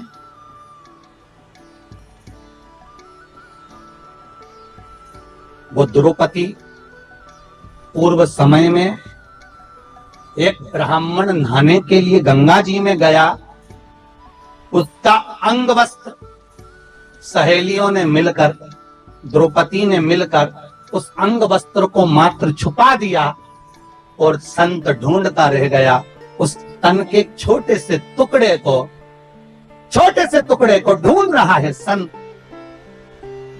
और सखियां द्रौपदी के साथ उस संत के लिए हंस रही हैं कि वो वस्त्र कैसे ढूंढ रहा है। संत के मुख से निकल गया, जिसने मेरा ये वस्त्र चुराया है, कहीं ले जाकर फेंका है, बहुत समय के बाद ये वस्त्र मुझे वापस मिला है, किसी ने मेरे साथ छल किया है। यही वस्त्र का छल जिसने करा है मेरे साथ, उसके साथ भी किया जाएगा। एक संत के मुख से निकली हुई वाणी को वो द्रौपदी को झेलना पड़ा और पांडव बैठे की बैठे रह गए और वो कौरव, वो दुशासन चीर खींचता रहा, कोई नहीं बचा पाया। तब द्रौपदी की आंख में जल भर गया, गुरु द्रोणाचार्य के सामने जाकर खड़ी हो गई, गुरुजी आपने मुझे गुरु मंत्र दिया है, आज मैं नग्न हो रही हूँ, आप बचाओगे नहीं? तो गुरु द्रोणाचार्य ने कहा, द्रौपदी तू भी ज्ञानवान है, तूने कृष्ण का अनुमोदन करा है, कृष्ण को भाई माना है, ध्यान लगा कर देख कि कर्म कौन सा करा था जिसके कारण आज तेरा चीर तेरे सामने खींचा जा रहा है। द्रौपदी ने हाथ ऊंचे करे, भगवान को पुकार रही है और ध्यान लगाकर देख रही है कि मेरा कर्म कौन सा था जिसके कारण आज मेरा चीर खींचा जा रहा है। दुनिया के लोगों को जब तकलीफ आती है, पत्रिका में दोष देखते हैं, वास्तु का दोष देखते हैं, ग्रह का दोष देखते हैं, परिवार में दोष देखते हैं, पर दुनिया के लोग अपने अंदर का दोष नहीं देखते कि तुमने कर्म क्या करा था जो आज भोग रहे हो। क्या कर्म करा है? द्रौपदी ने हाथ ऊंचे करे पुकारा भगवान को, प्रभु मैंने कर्म का, और ध्यान लगाकर देखा कि एक संत का अपमान हो गया था, उसका अंग वस्त्र मैंने छुपा दिया था, इसलिए आज मेरा भी ये चीर खींचा जा रहा है। मैंने उसको नग्न अवस्था में छोड़ा था, इसलिए आज मेरा भी ये शरीर पर से वस्त्र जा रहा है। तब द्रौपदी ने कहा अब मेरे कर्म के भाग को कोई काट सकता है तो भगवान काट सकता है। आपसे भी कहते हैं अगर दुख आया, तकलीफ आई, कष्ट आया, बीमारी आई, रोग आ गया, मालूम पड़े कोरोना जैसी महामारी भी आपको सता रही है, डॉक्टर अपना काम कर रहे हैं, आप अपना काम करो और भगवान का भजन करो, जिससे ये कर्म का खेल थोड़ा सा कट जाए। हमारा जो भोग है कर्म का ये थोड़ा कटे और भोलेनाथ हमको स्वस्थ करे। उस बाबा से विनती करते रहे, श्री शिवाय नमस्तुभ्यम का जाप, ओम नमः शिवाय करें चाहे महामृत्युंजय का जाप करे, पर जपें, उसके जपने से तुम्हारा काल तुमसे दूर तो हो ही जाए। शिव का स्मरण। हे नारायण तुम किन्नरों पर हंसे हो इसलिए तुम्हें किन्नर बनना पड़ेगा। और आया समय जब द्वापर में भगवान कृष्ण आए, द्वापर में जब कृष्ण, कौरव और पांडवों का युद्ध होना,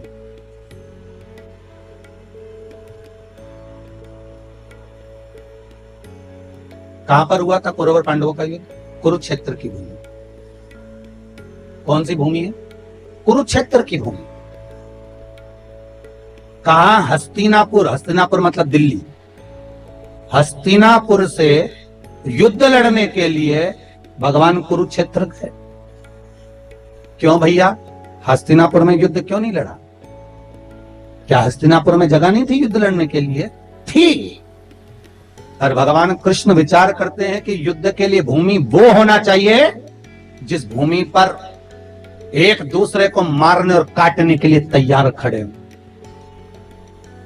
कोई कोई जगह ऐसी होती है जहां पर भगवान का भजन होता है, कोई कोई किराए का घर भी ऐसा होता है जिस घर में बैठकर भगवान का भजन करने का आनंद आता है, कोई कोई घर ऐसा होता है जिसमें भगवान की भक्ति का आनंद आता है, कोई कोई घर ऐसा होता है जहां कथा का आनंद आता है, कोई कोई जगह ऐसी होती है जहां पर भगवत चर्चा का आनंद आता है, और कोई कोई जगह ऐसी होती है कि 2 मिनट माला पकड़ के बैठो और क्लेश मच जाता।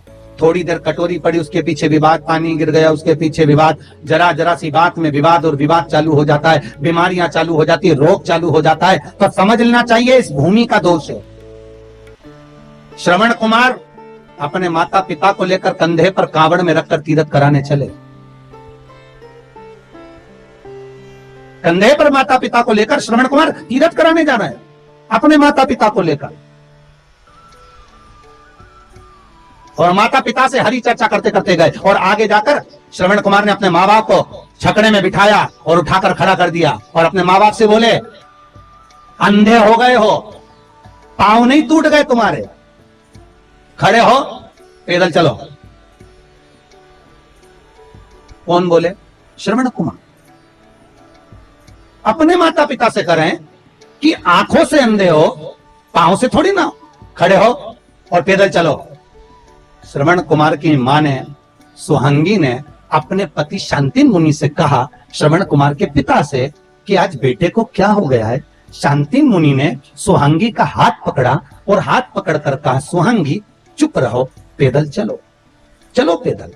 श्रवण कुमार ने माँ बाप का हाथ पकड़ा, छकड़े से नीचे उतार कर अपने माँ बाप को पैदल लेकर चले। थोड़ी दूर निकलने के बाद श्रवण कुमार अपने माँ बाप के चरणों में गिर गए, पांव पकड़ लिए, पिताजी गलती हो गई, क्षमा कर दो, पिताजी मुझसे गलती हो गई, क्षमा करो, गलती हो, क्षमा। पत्नी ने पूछ लिया, सुहांगी ने शांतिन मुनि से, आखिर श्रवण कुमार ने हमारा अपमान क्यों करा, हमको पैदल चलने का क्यों बोला। शांतिन मुनि बोले, सुहांगी जिस गांव में से निकलकर हम जा रहे हैं ना, ये गांव की जो जगह है ना, ये मय दानव राक्षस की है।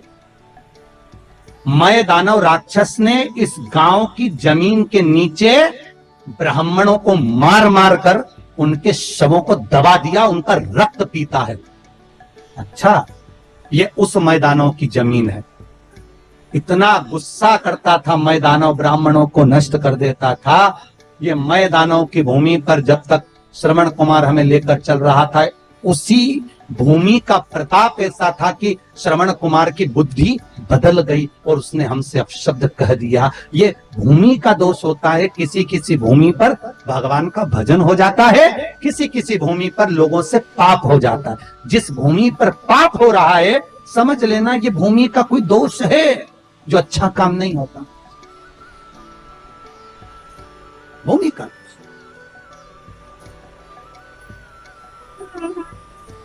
कारण क्या हो सकता?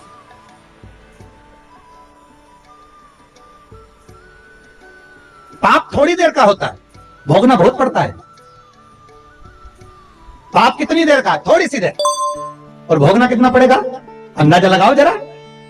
तो उस भोगने पर मत जाओ, यहीं का भोगना देख लो। किसी को चाकू मार दिया, कितनी देर लगा? अरे बोलो जरा से। चाकू मारा 2 मिनट, मर गया 5 मिनट, कितने मिनट लगे? जम के बोलिए। 7 मिनट। अब भोगना कितना है वो देखिए।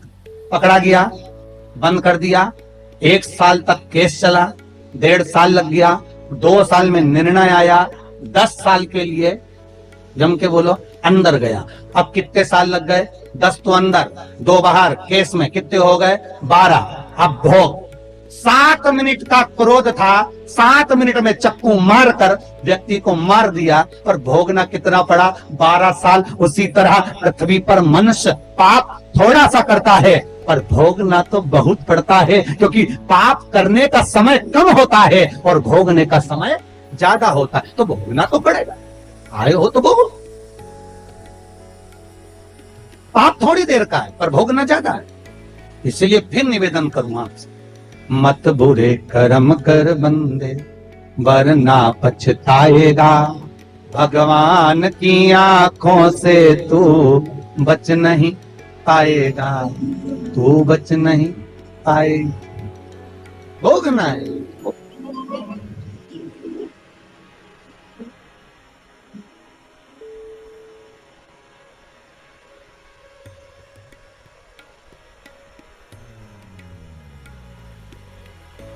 इसलिए भगवान से कहा करो, कभी कभी मौका मिल जाए और भगवान से कहने का जब समय मिले तो उससे निवेदन कर सकते कि हे प्रभु ऐसी कृपा करना कि शरीर से किसी को कष्ट नहीं,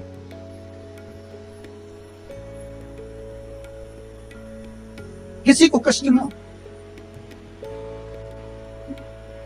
कुरुक्षेत्र की भूमि ढूंढी है युद्ध के लिए। विचार करो जरा।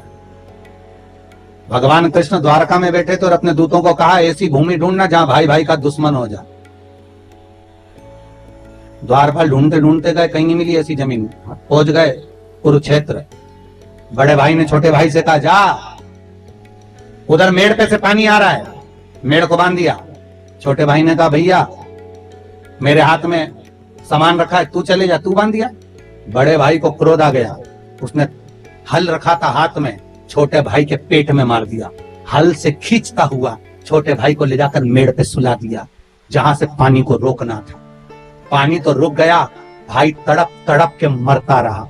भगवान कृष्ण के दूतों ने जाकर कन्हैया से कह दिया हमने वाली भूमि देख ली जहां भाई भाई का दुश्मन। कौन सी भूमि है? तो कहा कुरुक्षेत्र की भूमि। भगवान ने कहा युद्ध होगा तो वहीं होगा, नहीं तो भगवान चाहते तो प्रतापगढ़ में भी युद्ध करवाने आ सकते थे। दिक्कत क्या थी? हस्तिनापुर से तो जाना था, वहां गए तो उसकी जगह यहाँ आ जाते, प्रयागराज आ जाते, मथुरा पहुंच जाते। भगवान चाहते तो जहां जाकर युद्ध लड़ा देते, पर उन्होंने कुरुक्षेत्र की भूमि को ढूंढा। क्यों? उस भूमि पर युद्ध कराना, क्योंकि वहां भाई भाई का दुश्मन बन सकता है। केवल वही भूमि एक ऐसी है जहां पर भगवान कहते हैं कि मैं युद्ध करा सकता हूं, वो भूमि को ढूंढा। और उस भूमि का दूसरा फल क्या था? कुरुक्षेत्र की भूमि पर राजा कुरु, जिसने शंकर भगवान की आराधना करी थी, और शिव जी ने प्रसन्न होकर कहा था मांग कुरु तुझे क्या चाहिए? राजा कुरु कहता है प्रभु बस मुझे वर दे दो कि इस भूमि पर जो मरेगा उसको स्वर्ग मिलेगा, आप वर दो। भगवान ने कहा कुरु तू और कुछ मांग ले। राजा कुरु ने शंकर जी से कहा नहीं नहीं प्रभु, आप तो बस इतना वर दे दो कि मेरे कुरुक्षेत्र में, मेरे क्षेत्र में, मेरी इस कुरु भूमि पर जहां पर कोई मरे उसको स्वर्ग मिले। तो भगवान कृष्ण को तो मालूम था कि शंकर जी ने वर दिया है, इस भूमि पर जितने मरेंगे बेचारे अभी परिवार की लड़ाई में कौरव और पांडवों की लड़ाई में ये दूसरे मरेंगे, और दूसरे मरेंगे तो इनका क्या फायदा होगा? जमीन मिलेगी तो पांडवों को, जमीन मिलेगी तो कौरवों को, ट्रैक्टर मिलेगा तो पांडवों को, ट्रैक्टर मिलेगा तो कौरवों को, मकान मिलेगा तो पांडवों को, राज मिलेगा तो पांडवों को। तो परिवार की लड़ाई में जो दूसरे मरेंगे इनका भी तो उद्धार होना चाहिए। तो भगवान ने मन में सोचा एक काम करो, कुरुक्षेत्र में युद्ध लड़ाओ। कुरुक्षेत्र में युद्ध लड़ाएंगे तो जितने मरेंगे इनको कम से कम स्वर्ग तो मिल जाएगा। तो भगवान ने ये चतुरता कर कर कुरुक्षेत्र में युद्ध लड़वाया कि मरे तो बेकुंठ।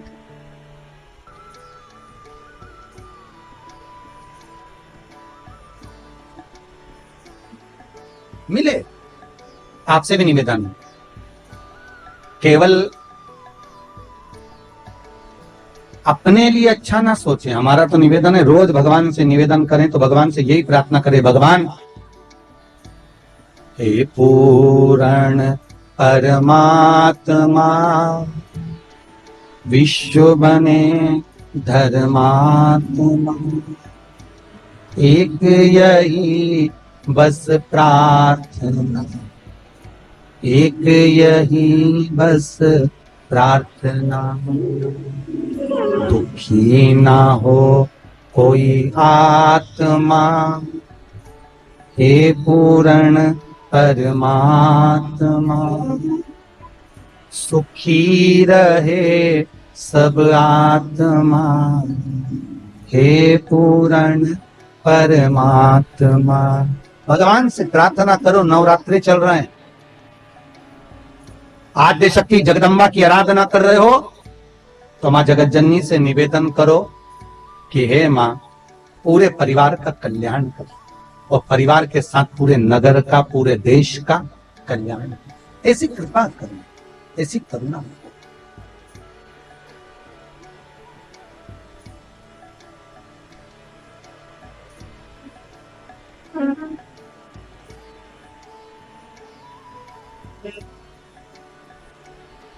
ऐसी कृपा हो, ऐसी दया हो जाए। हे नारायण, तुमको भी पृथ्वी पर जाकर किन्नर बनना पड़ेगा। भगवान बने। द्वापर आया, कौरव और पांडवों का युद्ध हो रहा है। कुरुक्षेत्र की भूमि पर युद्ध मैदान में चंडी देवी आकर खड़ी हो गई, और चंडी ने कहा, हे कौरव और पांडव, युद्ध एक शर्त पर होगा, पहले मेरे लिए बलि चढ़ाओ। अपने अपने परिवार के एक एक व्यक्ति की बलि चाहिए। पांडव अपने भाइयों में से एक की बलि दे दे, और कौरव अपने भाइयों में से एक की बलि दे दे। कौरव तो खुश हो गए कि हम 100 में से एक बलि चढ़ गए, 99 बचेंगे।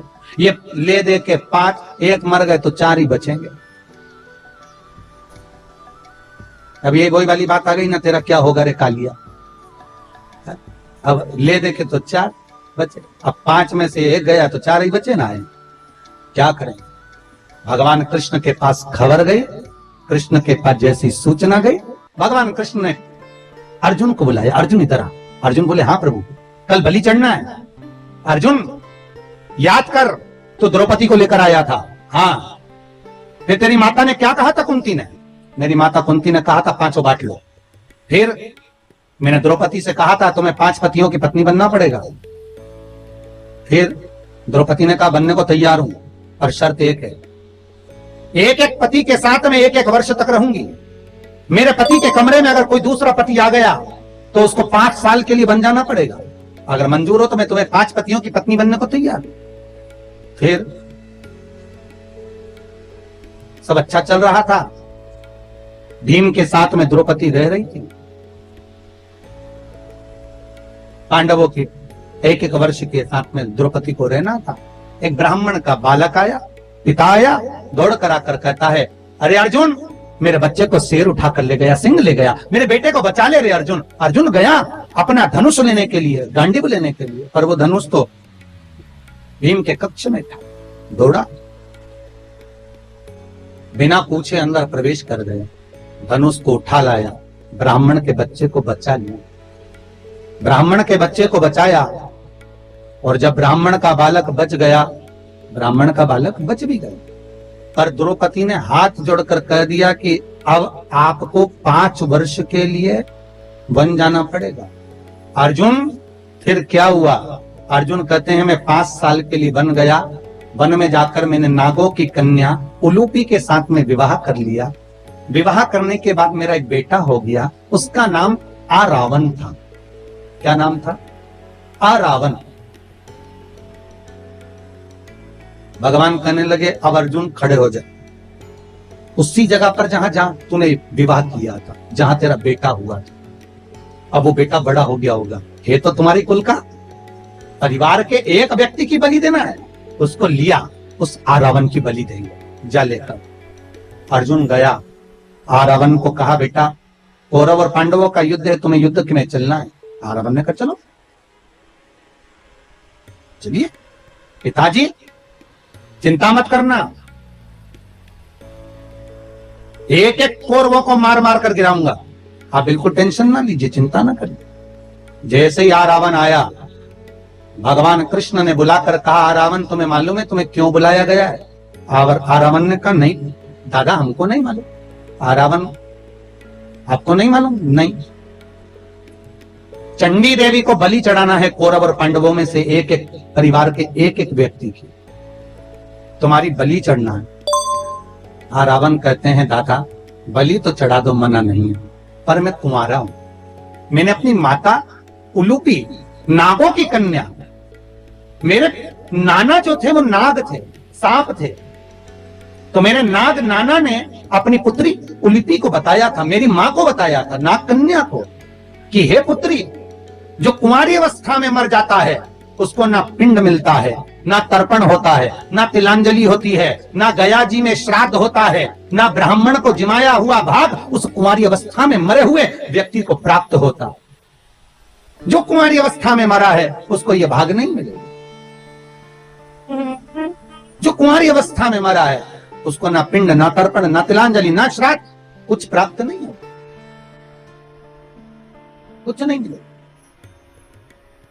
आरावन कहते हैं दादा मैंने मेरी माता के मुंह से सुना था, मुख से, मैं कुंवारा नहीं मरना चाहता दादा, अगर मैं कुंवारा मर गया तो मुझे जल नहीं मिलेगा, तर्पण नहीं होगा, तिलांजलि नहीं होगी, मेरा पिंड नहीं होगा, मेरा भोज नहीं होगा। दादा आपसे निवेदन, आप मेरा विवाह कर दो, उसके बाद मेरी बलि चढ़ा दो। भगवान कृष्ण ने अर्जुन से कहा युधिष्ठिर नकुल सहदेव सब जाओ, जल्दी से एक लड़की ढूंढो, उसके साथ शादी कर देते। पूरे हस्तिनापुर में ढूंढा तो कौन बाप अपनी बेटी भी आएगा एक रात के लिए? कौन होगा जो लड़की भी आएगा एक रात के लिए? किसी ने लड़की नहीं दी, किसी ने नहीं दी बेटी। भगवान को लगा अब क्या करा जाए। भगवान कृष्ण को याद आया कि शंकर भगवान ने कहा था कि हे नारायण तुम किन्नरों पर हंसे हो, इसलिए तुम्हारा एक जन्म किन्नर का होगा। भगवान ने कहा एक आज ही जन्म ले लेता हूं, और भगवान कृष्ण किन्नर बन गए। आरावन के साथ रात्रि में शादी कर ली, फेरे डाल लिए, भावर पढ़ ली, और शादी करने के बाद रात्रि को विवाह हो गया। सुबह आरावन की बलि चढ़ गई। भगवान फूट फूट के रोने लगे। आज भी हिंदू धर्म में किन्नर गले में मंगलसूत्र पहनते, मांग भर चूड़ी पहनते, बिछुड़ी पहनते हैं। कई कई लोगों के मन में आता है कि इनका पति कौन होगा किन्नरों का, तो शिव महापुराण की कथा कहती है आरावन किन्नरों का पति होता है, इसलिए आज भी किन्नरों का विवाह एक घड़े से किया जाता है, और सुबह उस घड़े को फोड़ दिया जाता। किसी पर हंसना नहीं। कोई वाणी से विहीन है, कोई श्रवण शक्ति से विहीन है, कोई हाथ पैर से विहीन है, कोई दुर्बल है, कोई अधिक हेल्थी है, कोई धन विहीन है, हमें उस पर हंसना नहीं है। ना जाने भगवान शंकर की कथा कहती है हम जिस पर हंसते हैं एक जन्म हमको भी लेना पड़ता है, एक जन्म।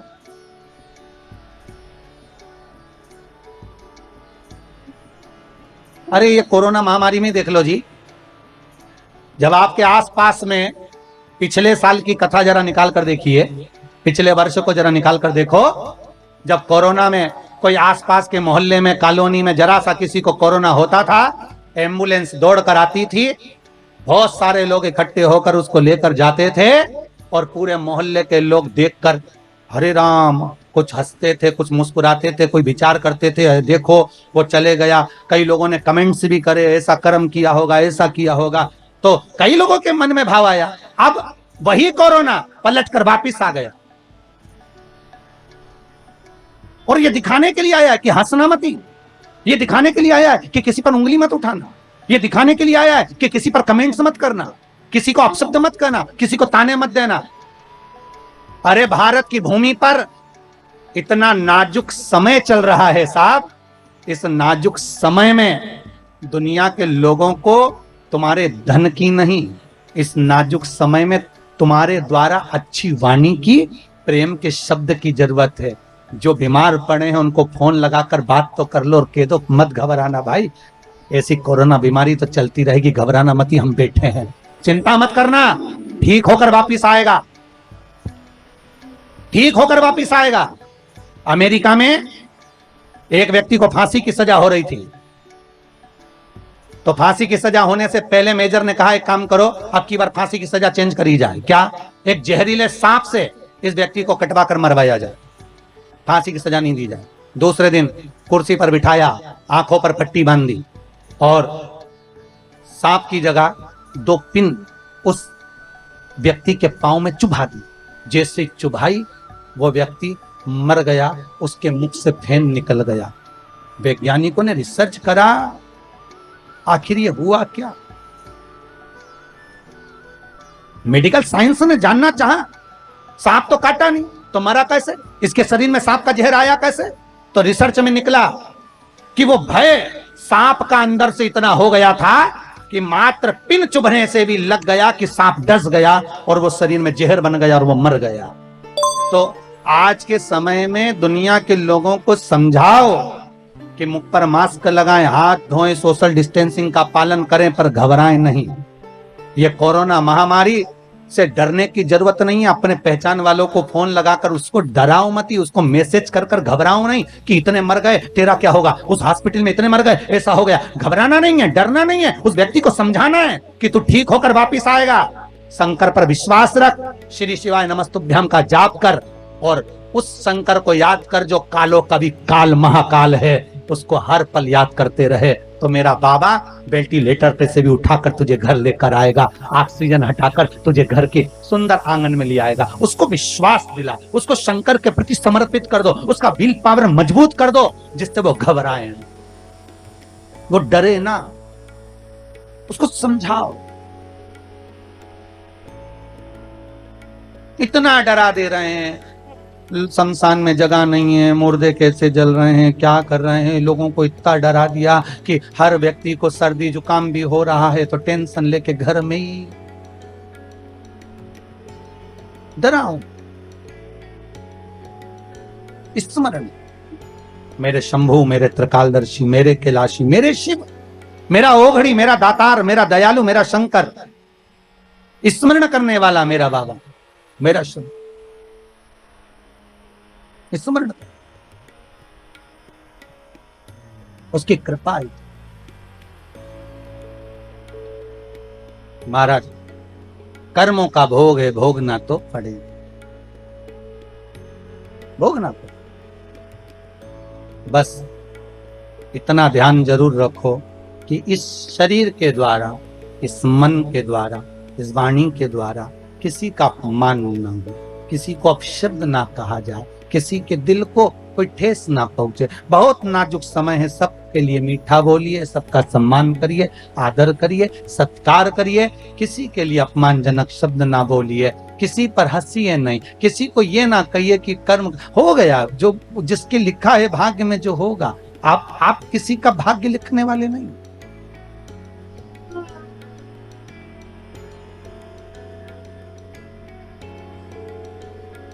होगा।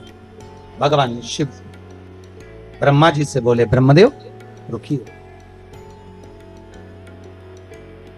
आपने क्या बनाया ब्रह्मा? ब्रह्मा कहते हैं किन्नर बन गए प्रभु। कोई बात नहीं, बन गए ना, सबसे पहली सृष्टि किन्नर की होगी, चिंता मत करो। आपने बनाया है, गलत नहीं होगा, गलत नहीं होगा, कोई बात। ब्रह्मदेव, अब आप हमारे प्रतिबिंब का दर्शन करिए, आप हमारे प्रतिबिंब का दर्शन करिए ब्रह्मदेव। भगवान शंकर ने अर्धनारीश्वर स्वरूप का दर्शन दिया। कौन सा स्वरूप बनाया है? अर्धनारीश्वर स्वरूप। आधा शिव आधा पार्वती शंकर भगवान ने अपना अर्धनारीश्वर स्वरूप का दर्शन कराया। और जो अर्धनारीश्वर स्वरूप का भगवान दर्शन कराते हैं, आधा शिव आधा पार्वती देखकर ब्रह्मा थकित रह जाते हैं। और ब्रह्मा भगवान शिव का जो स्वरूप देखा है, ब्रह्मदेव की आंखों से जल निरंतर बह रहा, जल निरंतर। पधारी अर्धनारीश्वर, जल निरंतर बह रहा।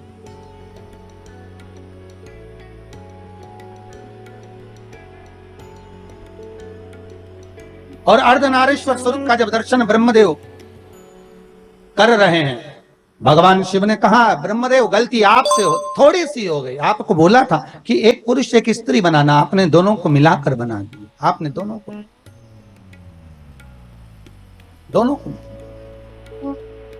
करा दर्शन अर्धनारीश्वर भगवान का। एक बार भाव से दोनों हाथ उठाकर हर हर महादेव। आज अपन ने भगवान अर्धनारीश्वर स्वरूप का दर्शन किया है, भाव भक्ति से आनंद के साथ। कल कथा में भगवान शिव के मंगल विवाह का भी दर्शन करेंगे। कल अपन भगवान के मंगल विवाह की ओर भी आगे बढ़ेंगे। एक बार जोरदार ताली बजाएं अर्धनारीश्वर भगवान के लिए। बोल अर्धनारीश्वर भगवान की जय। भगवान अर्धनारीश्वर स्वरूप का दर्शन भगवान।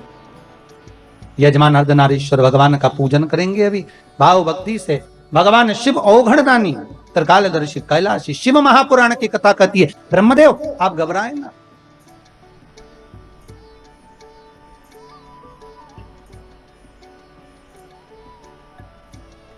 आप घबराए ना। हे ब्रह्मदेव, बस इतना ध्यान रखिए कि आपने सृष्टि का जो निर्माण किया है वो गलत नहीं किया। आपने जो बनाया वो बना दिया। सबसे पहली सृष्टि है किन्नरों की, सबसे पहली सृष्टि किन्नरों की। इसलिए आज भी हमारे यहाँ कोई शुभ कार्य होता है, अच्छा कार्य होता है, तो उस शुभ कार्य में किन्नरों को बुलाया जाता है, उनको नेक निछावर दी जाती है। हमारे नेक निछावर उनको दी, आज भी देते हैं। तो ब्रह्मदेव ने सृष्टि का निर्माण किया। समय आया फिर आपसे निवेदन करें भाव भक्ति से शिव उपासना। कल आपको कथा में कहा था, शंकर का अनुमोदन, शिव का स्मरण, शिव का किया गया भजन।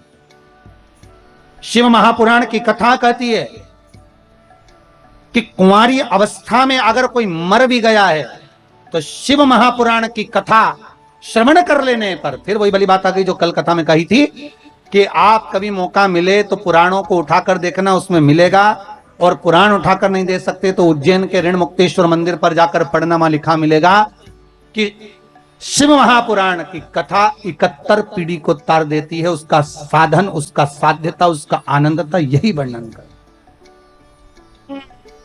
उसका आनंद यही वर्णन।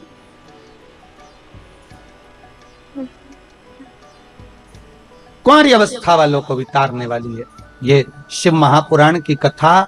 हम तो कहते हैं जो माताएं श्रवण करती हैं ना, इनके गर्भ में अगर कोई बच्चा कुंवारी अवस्था में मर गया हो, शांत हो गया हो, परिवार में माई के पक्ष में ससुराल पक्ष में कोई कुंवारी अवस्था में 2 महीना 4 महीना 6 महीना 8 महीने का गर्भ चले गया हो, कोई कुंवारी अवस्था में मर गया हो, शिव महापुराण की कथा कहती है जो कथा सुनकर जाते हैं उनके शरीर की तरंग से भी, उनके शरीर की तरंग से भी महाराज उस वातावरण से भी जो कुंवारी अवस्था में मरे होते हैं उनको भी पिंड मिलना प्रारंभ हो जाता है, उनका भी तर्पण प्रारंभ हो जाता है, उनको भी मोक्ष मिलता है।